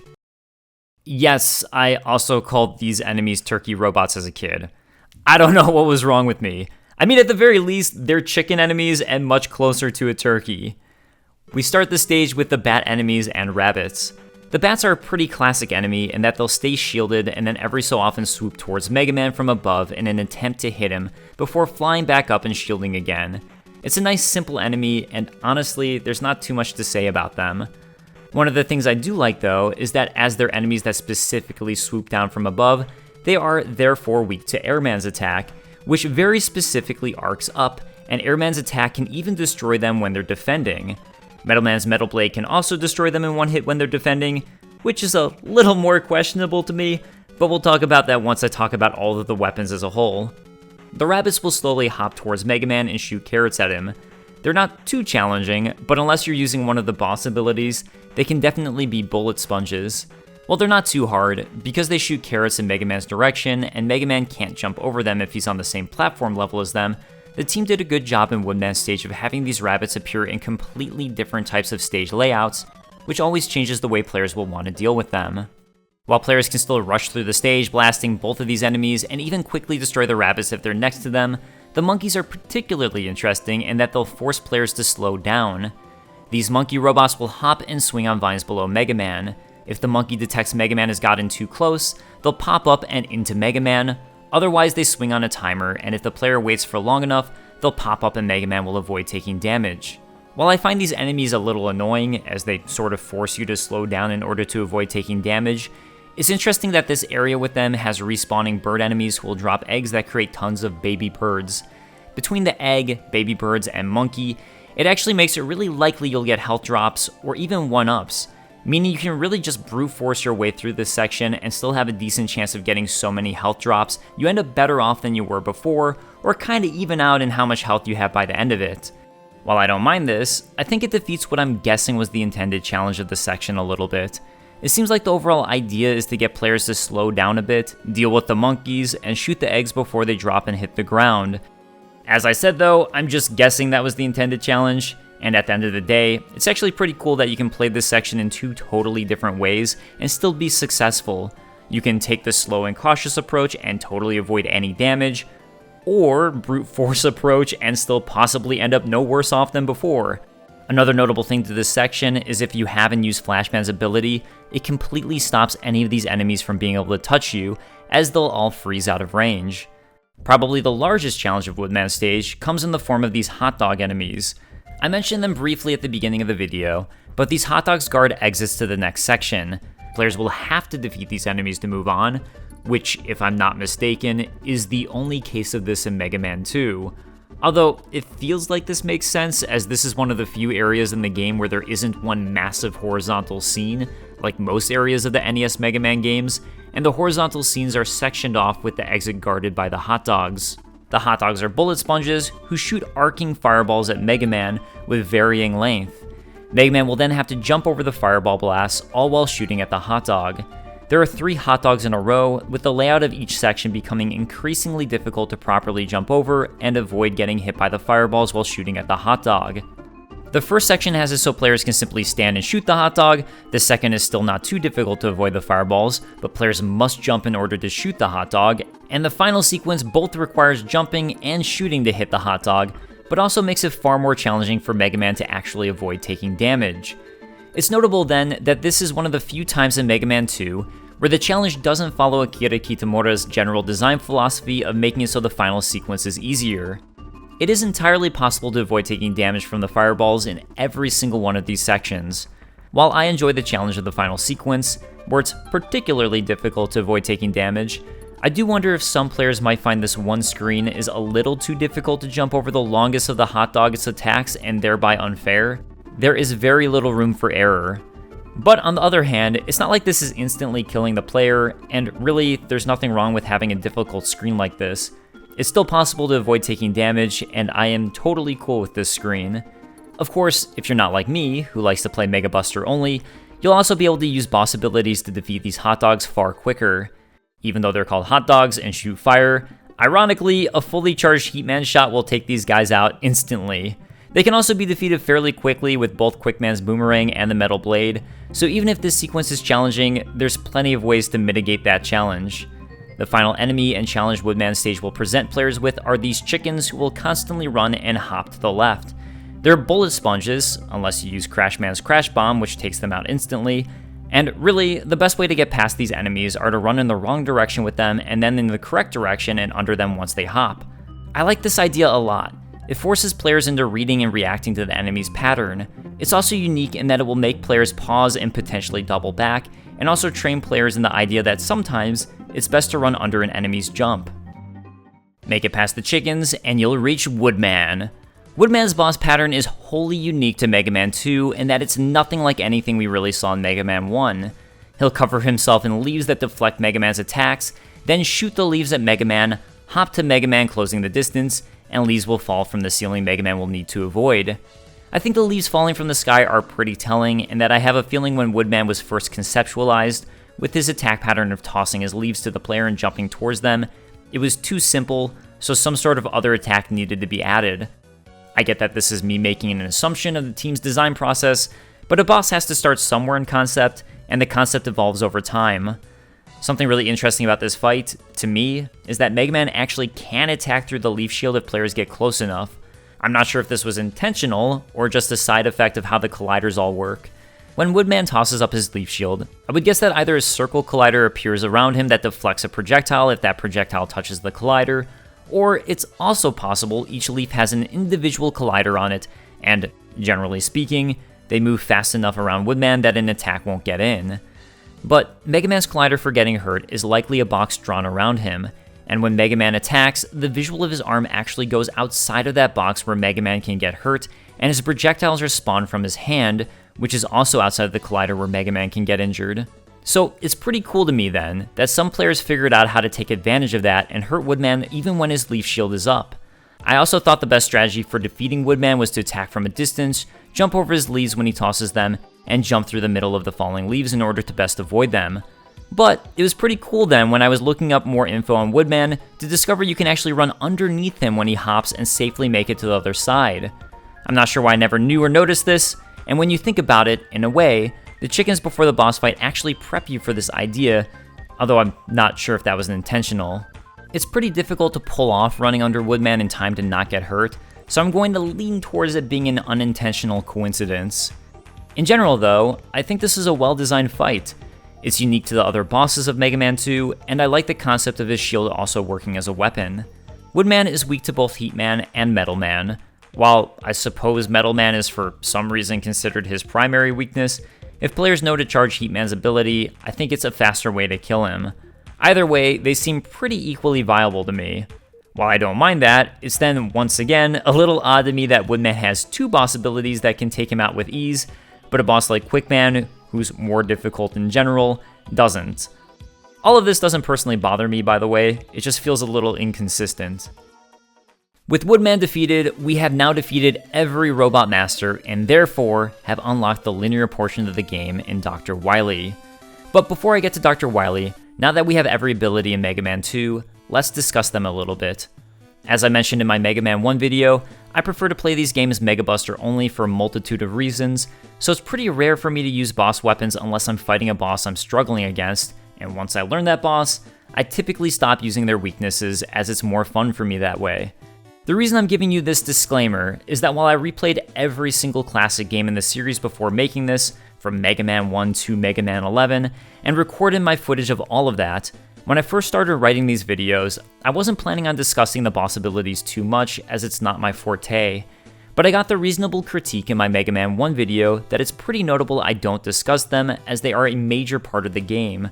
So, all of that said, I'm not going to be comparing the boss abilities of Mega Man 2 to the future games in the series, because I haven't replayed them yet to analyze those specific boss abilities. I also didn't grow up playing using them, because I didn't like using them. What I did do though, was a run through of Mega Man 2 trying to experiment with all of the different boss weapons to have some general thoughts, and also be able to properly discuss certain weaknesses in the previous sections. So, in Mega Man 2, our abilities are as follows: Bubble Lead, Air Shooter, Quick Boomerang, Atomic Fire, Leaf Shield, Metal Blade, Time Stopper, and Crash Bomb. Bubble Lead is slow, tracks the ground, and doesn't consume too much ammo. There are definitely a few good situations for it, like against rabbits in Woodman Stage. I like that it tracks and follows the ground, and it seems useful very specifically for enemies close to the ground, like these slidey enemies. So while it's a little slow, it does feel like it has a very specific purpose and use. Similarly, I like that Airman's Air Shooter has a very specific use of attacking airborne enemies. It's strong against them, like the bats of Woodman Stage, or Crashman who hops a lot, which definitely seems like the perfect use for this ability. Quickman's Quick Boomerang is an interesting one because its range is far less than Mega Man's Mega Buster. As such, you'd expect it to be a lot more powerful, sort of like a shotgun blast in many other games. But while some enemies are weak to it, I don't think this idea was really played out with Quickman's Quick Boomerang, and in my opinion, it makes the weapon feel like it's not really worth the time to use it. Atomic Fire is an ability that's relatively weak when first firing, but players can charge it to make it more powerful. In fact, I wouldn't be surprised if this ability was the basis for Mega Man's Charge Shot in Mega Man 4 and beyond. While I honestly have critiques of the Charge Shot in general and how it slows down those games, I really like it here in this instance of Atomic Fire. It's limited use, but it really plays up that risk and reward of waiting to charge it for that far more powerful blast. Leaf Shield is an ability I like in concept, but I don't think Mega Man 2 quite pulled it off. The idea is you get leaves that circle around you, but when you choose a direction, it shoots out in that direction. I think other games evolved this idea a little more to where these abilities are shield type abilities that simply circle Mega Man and act that way. So in the case of Woodman's ability, I don't think the concept is quite there yet. Also, the fact that it shoots the moment you choose a direction can definitely be frustrating, as I'd far prefer for it to circle around Mega Man the first time pressing the shoot button, then if I shoot a second time, that's when it goes in the direction I'm pressing. As it stands, there doesn't feel like there's much reason for it to circle around Mega Man when standing still, and it doesn't act like a shield either. Projectiles can still hurt Mega Man. Metal Blade is the big one. I've seen many critiques of the Metal Blade for being far too OP. Metal Blade lets Mega Man fire in all directions, but it slows down Mega Man by forcing him to stop when tossing a blade. This is definitely useful in choosing different directions to shoot in, but I found that sometimes being forced to stop actually makes it so sometimes an area becomes harder because an enemy spawns you otherwise wouldn't if I was just running through. And that's where I think part of the OP-ness of it's overplayed, as someone who always plays Mega Buster only and very well notices these moments. The real problem with the weapon is that so many enemies are weak to it, with it insta-destroying enemies like the turkey robots, and that so many bosses are weak to it. On top of that, it has so much ammo, there's pretty much no concern about running out when using it. Some enemies and bosses deflect it, so it's not like players can just constantly keep it equipped. But still, it's pretty ridiculous just how many enemies and bosses are so weak to this weapon. I like the idea of the weapon, but the fact that it can shoot in all directions, if anything, means it should probably be less powerful than the Mega Buster, especially if it was going to be given so much ammo. So for me, this weapon is a bit of a mix. It's fun to use, but I think, like Leaf Shield, it could have been designed a little better. Next up, we have the Time Stopper.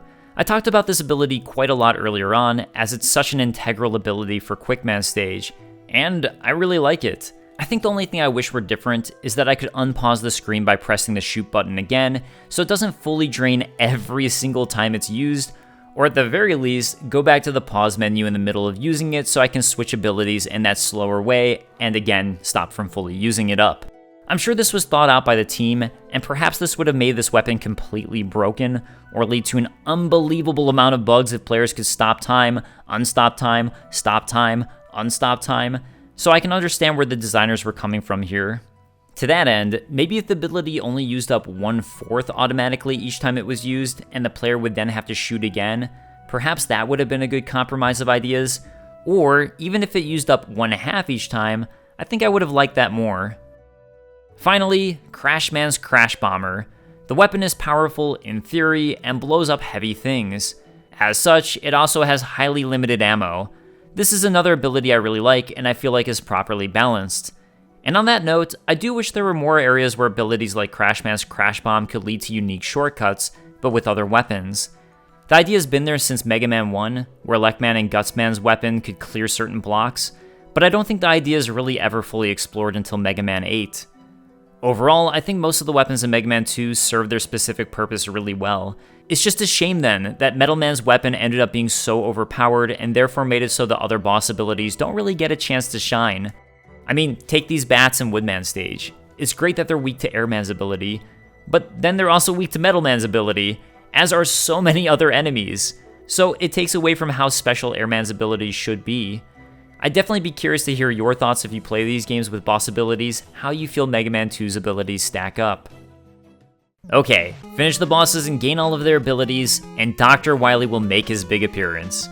While the start is similar to what we saw in Mega Man 1, although Wily now has a more spruced up looking flying saucer, we get a really fun new concept in Mega Man 2 that will persist throughout the series, and the introduction to Wily's castle. For starters, I want to compliment how smooth this artistic transition is. For Wily to fly away, his sprite moves back and forth across the screen, and every so often, a smaller version of the sprite will replace the larger version. Then, at the same time, Wily's castle artwork slowly pans up into view. It's so basic, but it ends up looking incredibly nice, and as someone who occasionally would do basic animations for my Super Show series, I think is actually a really clever little bit of animation. We then get dots with a line appearing showcasing the route Mega Man is about to take, which is another super nice and iconic touch. I always thought this was accurate to how the level was traversing when I was a kid, but in really looking at this, it's not. Still, it's close enough.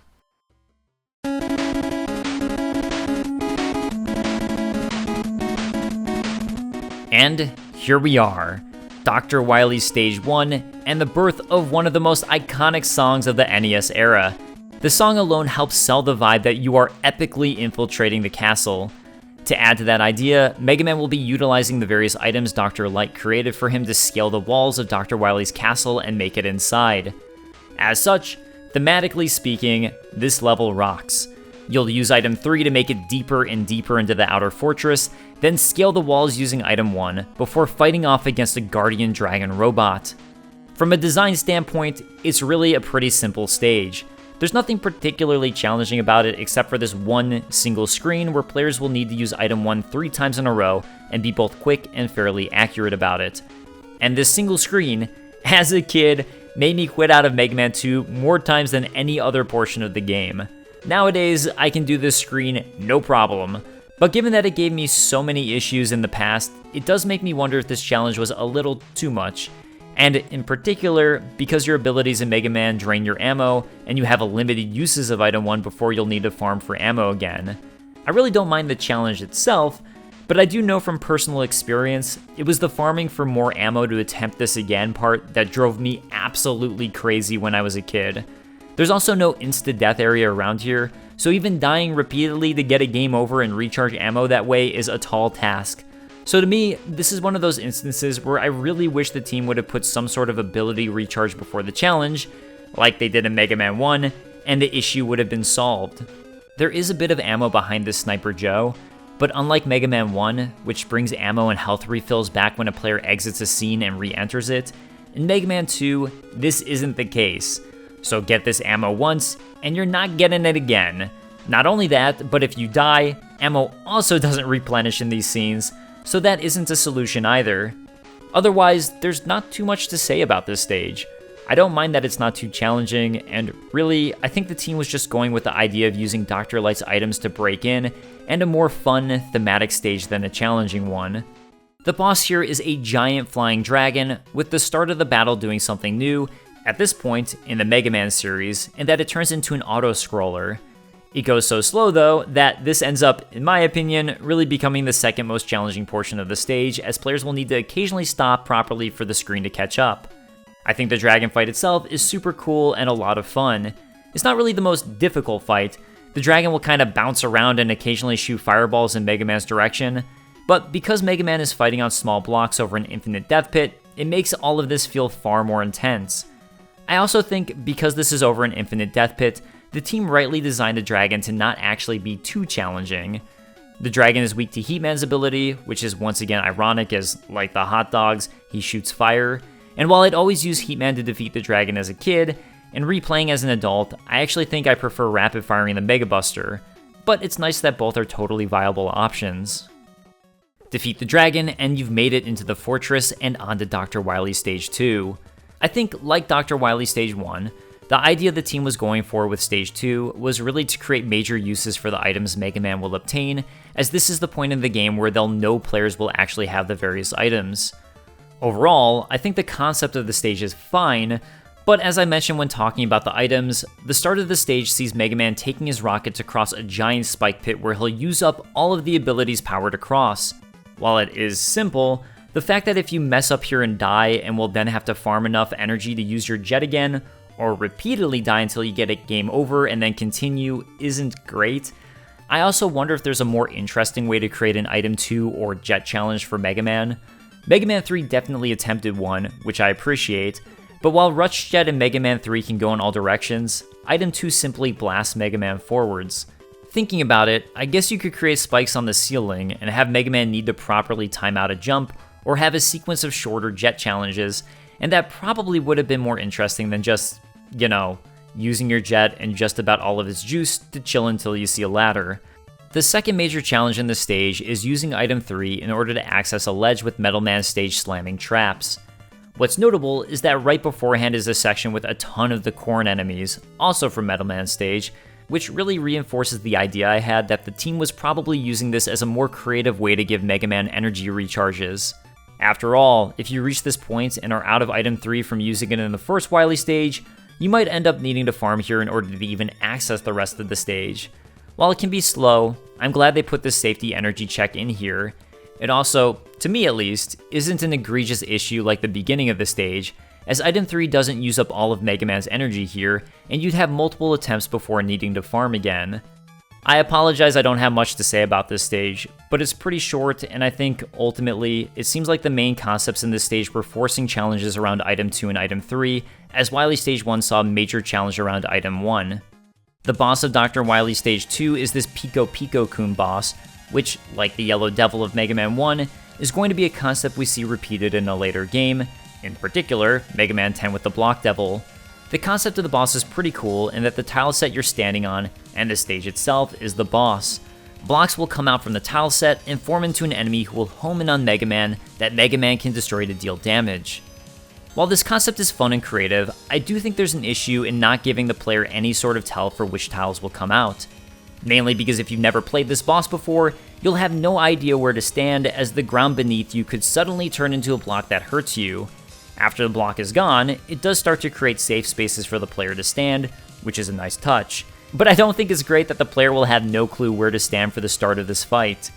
Yes, it's the same pattern every single time, so if a player dies and returns to this boss, then they'll be able to know what's safe. But I don't think surprising the player on their first attempt at the boss by having a random chance the tile they're standing on turns into an enemy and automatically hurts them is good design. This boss isn't too difficult otherwise, so I get that maybe the element of surprise is its main attack in a way, but there's zero way for a new player to react to this. It really is pure luck. So, fun concept, but like the use of Item 2 at the start of this stage, I think it could have been tweaked a little bit to make this fight a little more fair. Sadly, after the Picopico-kun, we reach Dr. Wily Stage 3, and the end to the amazing Stage 1 music. This level, like Dr. Wily Stage 3 of Mega Man 1, is incredibly short. There's really only two ideas explored in this stage, and a bit of a continuation on Bubble Man's level. The first idea is these pits Mega Man will need to jump across, some with spikes, and some with giant fish who will attempt to knock back Mega Man into an infinite death pit. This idea of an enemy who pops out of an infinite death pit specifically to knock Mega Man into it is a concept that we'll see a lot from here on out. But interestingly, this is the first time the idea was used, and as such, it's pretty basic. I think it's a good idea. After all, it's a way to create a perfect obstacle that will stand in the way of Mega Man making it across an infinite death pit, but because the gaps are large and the fish is kind of slow, Mega Man can very easily jump over the fish, and honestly, there's no reason to even think about it. You probably won't touch the fish if you're jumping high enough to clear the gap anyways. So while the idea is good, it really becomes a totally pointless obstacle here. The major challenge of this stage comes immediately afterwards, with this dropping sequence with spikes along the sides of the wall. The breathing room for players to make a mistake without touching a spike is small, and there's an aspect at play here where, as players won't be able to see the entire sequence since it's spread out through multiple scenes, Remember, Mega Man games don't scroll vertically during the NES era, memorizing the pattern can help a lot. But something really cool about this is that it's a challenge sequence that works specifically because of the way scene transitions are handled in the Mega Man games. When Mega Man transitions from scene to scene, the game will completely pause as the previous screen pans out of view and the new scene pans into view. Once the new scene and Mega Man are in the correct place, the game will then unpause and players can resume playing. Because of this, it actually gives players time to read and react to the upcoming series of spikes they're about to have to deal with, and makes these types of dropping sequences far more fair, which is pretty cool. If the scene transition here were a fade in, fade out, this type of spike sequence would be a nightmare. But instead, it's difficult, but seems to be designed in a way to try and give players just enough time to react. It's a cool challenge, works well thanks to the game's way of handling scene transitions, and one that we'll see brought back in future games. The boss of this stage is the Guts Tank. From a technical standpoint, this is a really cool boss. Due to the limitations of the NES, only certain amounts of color could be used on a single sprite, and while I'm honestly not sure on this point, I'm fairly certain sprites could only be a certain limited size. So there's a conundrum then when you get to a boss like the Guts Tank or the Dragon Mega Man fights. How do you create a giant-sized boss like this? The solution Mega Man 2 uses is one that many other games of the era would use, and a really cool one at that. If you notice, the background during the boss fight is black, and I think the reason being, most of the Guts Tank you're seeing on screen is the background. Then there are smaller sprites and colliders that are aligned with it on top, like I'm guessing this hand that moves up and down is one of the sprites. So what we have is a background and sprite that are moving back and forth in tandem to create the appearance of a giant boss. And it works perfectly. Ironically, the Guts Tank is kinda a tanky boss if you use Mega Buster only. There's a good chance you'll get hit if you stand and jump and blast away, but you can usually pretty easily tank it. The idea here is interesting. Have this tank shoot pellets out at Mega Man in an arch, players can easily dodge when the tank is moving forwards, but not backwards, and sometimes have little hard hats pop out of his chest. But it's so easy to tank and destroy this boss. Honestly, I never found any reason to think about strategy at all, especially since this stage is so short and it's so easy to make it through this stage without taking damage or almost no damage. So while the boss visually looks cool, I don't think it ends up being all that interesting. I suppose some people would find it to be a relief, especially after the spike drop of the stage, but in my mind, a short stage like this is the opportunity to have a more complex boss fight, because if a player gets a game over in this stage, it's much less of a drag to make it back to the boss than a longer stage, like Dr. Wily Stage 4. This is it.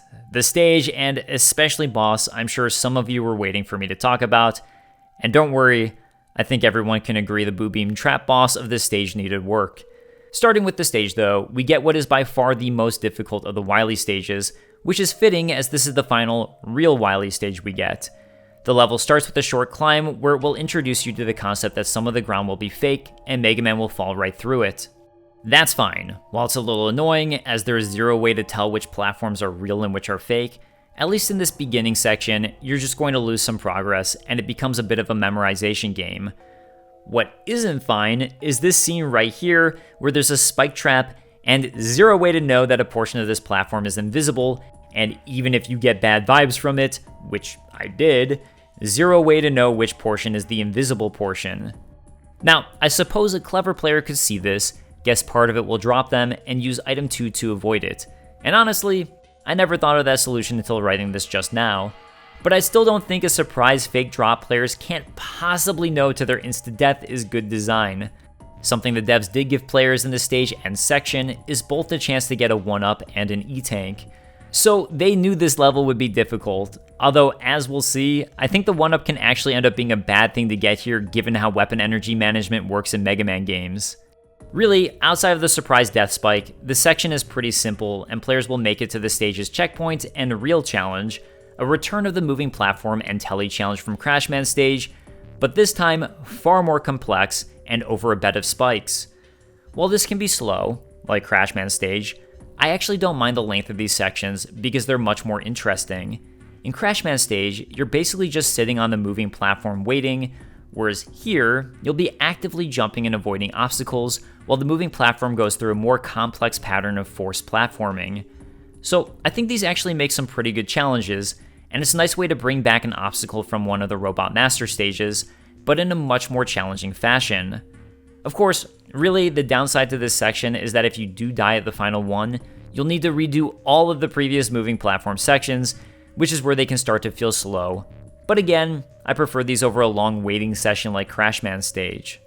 If you manage to make it through this, the game throws a whole slew of sniper armor and sniper Joes at you, because why not? It's not like you're about to face one of the most frustrating bosses of the game, so might as well throw some of the most tanky enemies at Mega Man. And yes, I'm being facetious. While I get this is the final stage, that should be testing you in every way, it's not a particularly interesting challenge, and the boss of the level is so brutal if you don't know what to do, that I think most of this level would be saved if instead this were an energy recharge area. Or hell, Mega Man 1 gave players the Yashichi, which fully recharged all of their health and energy before its mega difficult section, behind a challenge, so they could have done that. Because we are about to make it to the Boobeam Trap. To start, I actually like the idea behind this boss quite a lot. The idea is that the boss is only weak to one single weapon, the Crash Bomb, but there are walls guarding some of the boss that only Crashman's Crash Bomb can destroy, and in order to defeat the boss, you will have exactly how much Crash Bomb ammo you need to beat this boss without making a single mistake. There are trick walls here too, and if you destroy a trick wall, well, you're SOL. So in a way, it's a puzzle boss. But to make things more complicated, the boss will shoot at Mega Man on a timer, and until Mega Man defeats a number of the turrets that shoot, it's incredibly difficult to avoid getting hit by this. Additionally, you'll also need to use your items in order to beat this boss in a number of circumstances, in particular item 1, so if you're out of ammo for item 1, again, you're SOL. Conceptually, as I said, I like this boss, but execution-wise, it's a mess. The main issues really come from two factors. One, how difficult it is to avoid getting hit by the attack when there's multiple turrets that will probably automatically put you into panic mode, especially if you don't even know Crash Bomb is the weakness. Although, at the very least, the stage does have an E-tank in it, so it's not like you're automatically completely screwed. And two, the fact that not only is there no way to get more ammo in this stage if you run out, if you do die, because of the way Mega Man's ammo system works, you'll either need to spend time farming from the last checkpoint to get enough ammo, or repeatedly kill yourself until you get a game over and then get your ammo back due to the game over, which, to bring it back to the beginning of the stage, is why this 1-up is kind of a trap. Because of these two factors, the boss ends up being one of the most frustrating in the game, even though it's a cool concept. Again, I really like the puzzle factor of this boss, where you need to figure out how to properly use your ammo and not attack the wrong gates. So, to that end, there were a number of ways this boss could have been fixed. I think the best way to preserve the idea of this being a puzzle boss would be by replacing the sniper armor and sniper Joes right before the boss with a room with ammo recharges, so players who die can quickly fully recharge their ammo. And really, that's it. That would solve so much of the frustration of this fight. It's the fact that you're so punished for having lives and needing to farm, and that, in my opinion, is what truly makes this fight so awful. Another suggestion I'd throw out, although this one might be a little more controversial, would be to have 1, 2, or 3 attack turrets that aren't related to the vulnerable portion of the boss and are what shoots on the timer. That way, it's a little more feasible for players to dodge the attack. I'm sure diehard fans of difficulty won't like that suggestion, which is fine, but I'm throwing it out there. Another idea that apparently was used in the demake of Mega Man 2 was a spawning telly enemy who could potentially drop ammo when destroyed. I'm not the biggest fan of this solution because it does take away from the puzzle element of the fight, but it's still probably better than what we get. Something fun that's worth noting is there actually is a strat for beating this boss if you run low on ammo, albeit it's difficult to do. It's also something speedrunners do, and well, a fun glitch. For some reason, if the player takes damage at the right timing when the Crash Bomb goes off, and is touching another enemy near the Crash Bomb, the damage Mega Man takes is transferred back to the enemy. I honestly don't understand why this glitch works, it's a super odd one to me, but a fun thing to note here. Manage to defeat the Boobeam Trap, and you'll make it to Dr. Wily Stage 5, which is the game's boss rush. That's really it. You'll have a number of warps here which take you to a flat generic boss room with a robot master in it. There's no way to know which warp will take you to which boss ahead of time, which adds to the challenge. I talked a little bit about boss rushes in my Mega Man 1 retrospective. While I'm personally not a big fan of required boss rushes, as I like to move on to new challenges and not be forced to rehash challenges I already completed, I acknowledge that's very much a personal preference. I know some people love boss rush modes, and some even commented that on my Mega Man 1 video. So the point is, the inclusion of a boss rush here, whether it's good or bad, is really a pretty subjective take. That said, I think this version of a boss rush is vastly superior to the way Mega Man 1 handled the boss rush mode. Mega Man 1's boss rush happens across a number of levels. Mega Man 1's Dr. Wily Stage 2 had players fight against 2 Robot Masters, and Stage 4 had players fight the remaining 4 Robot Masters in a row. But the issue here was twofold, in my mind.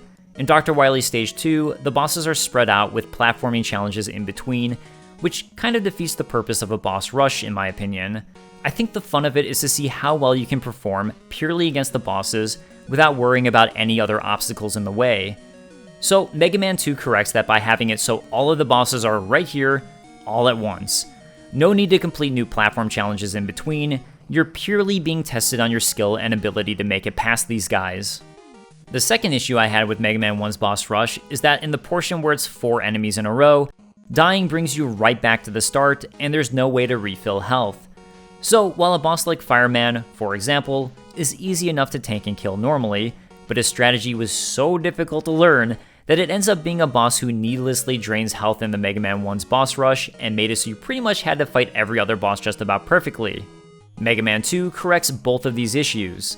Once you defeat a boss in Mega Man 2's boss rush mode, that boss remains defeated until the player gets a game over.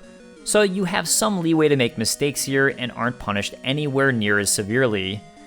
The other thing Mega Man 2 did, which I think was a great inclusion, was reward the player with a health drop for defeating a boss. After all, there are 8 bosses, and even if you're an incredible player, some bosses are super difficult to avoid taking any damage from at all. Looking at you, Quickman and Airman. Something else interesting about these arenas is that they're all flat and have no gimmicks to them, so it actually changes up the fight quite a bit for the bosses whose arenas seemed pretty integral to their challenges. Metal Man no longer has the moving platforms underneath, making the fight easier. Bubble Man no longer has spikes at the top of his arena, also making his fight easier. Quickman's fight no longer has uneven terrain, which in my opinion, makes the fight much more difficult as he can't get caught and snagged on the uneven terrain. And Flashman's fight also no longer has uneven terrain, which kinda just changes up how this fight works. I don't think either choice of keeping the boss arena terrain the same or changing it is wrong or correct, but it is interesting to note some of the minor ways it changes up these fights, and I actually like the idea of a different arena since it does change up these fights a bit. Defeat all of the Robot Masters, again, and you'll reach Dr. Wily. Overall, this is probably one of the more simple Dr. Wily fights in the series. His first phase is this lob shot that swoops up at Mega Man, and honestly, isn't too difficult to avoid. Then, phase 2 sees him now using the same weapon, but with the balls bouncing on the ground, and Mega Man needing to go back and forth between offensively shooting Wily and, in theory, defensively avoiding the bouncing balls. The only issue here is that the bouncing projectile is weirdly difficult to avoid the hit detection of, and the series of 3, I'm fairly certain is impossible to avoid getting hit. There's a crazy strategy I found while writing this of people obliterating phase 2 with Crashman's Crash Bomber. Otherwise, as I play Mega Buster only, as long as you have an E-Tank, this fight actually is pretty easy. It's possible to beat Wily phase 2 by tanking it with the Mega Buster and not using an E-Tank, so long as you take little enough damage in phase 1. Metal Blade is extremely effective against both phases, because why not? It's powerful against practically everything else in the game. Once again, so long as you have enough health, you can pretty easily tank phase 2 this way. But to sound like a broken record, I don't like that it's not possible to beat this phase without taking any damage Mega Buster only, or even Metal Blade only, really.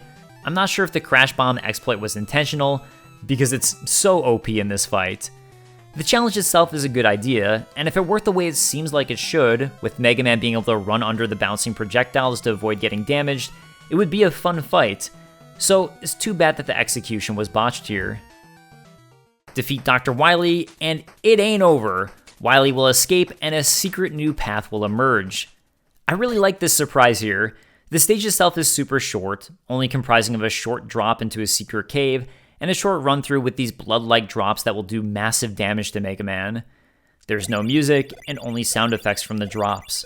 From a game series that's consistently known for its great music, this is a super cool tonal shift. It makes this area feel far more important, atmospheric, and dangerous. Then, the reveal. Dr. Wily is an alien? I mean, it makes sense. He does ride a flying saucer after all. All of a sudden, Mega Man will be in outer space, which is a super cool background for this final challenge. Alien Dr. Wily isn't weak to anything except for bubble lead, which means, as the projectile drops down, players will need to get close to Alien Wily to actually injure him, which is a nice touch. Beyond that, the concept is pretty simple. Alien Wily will move along an infinity loop track and occasionally shoot at Mega Man.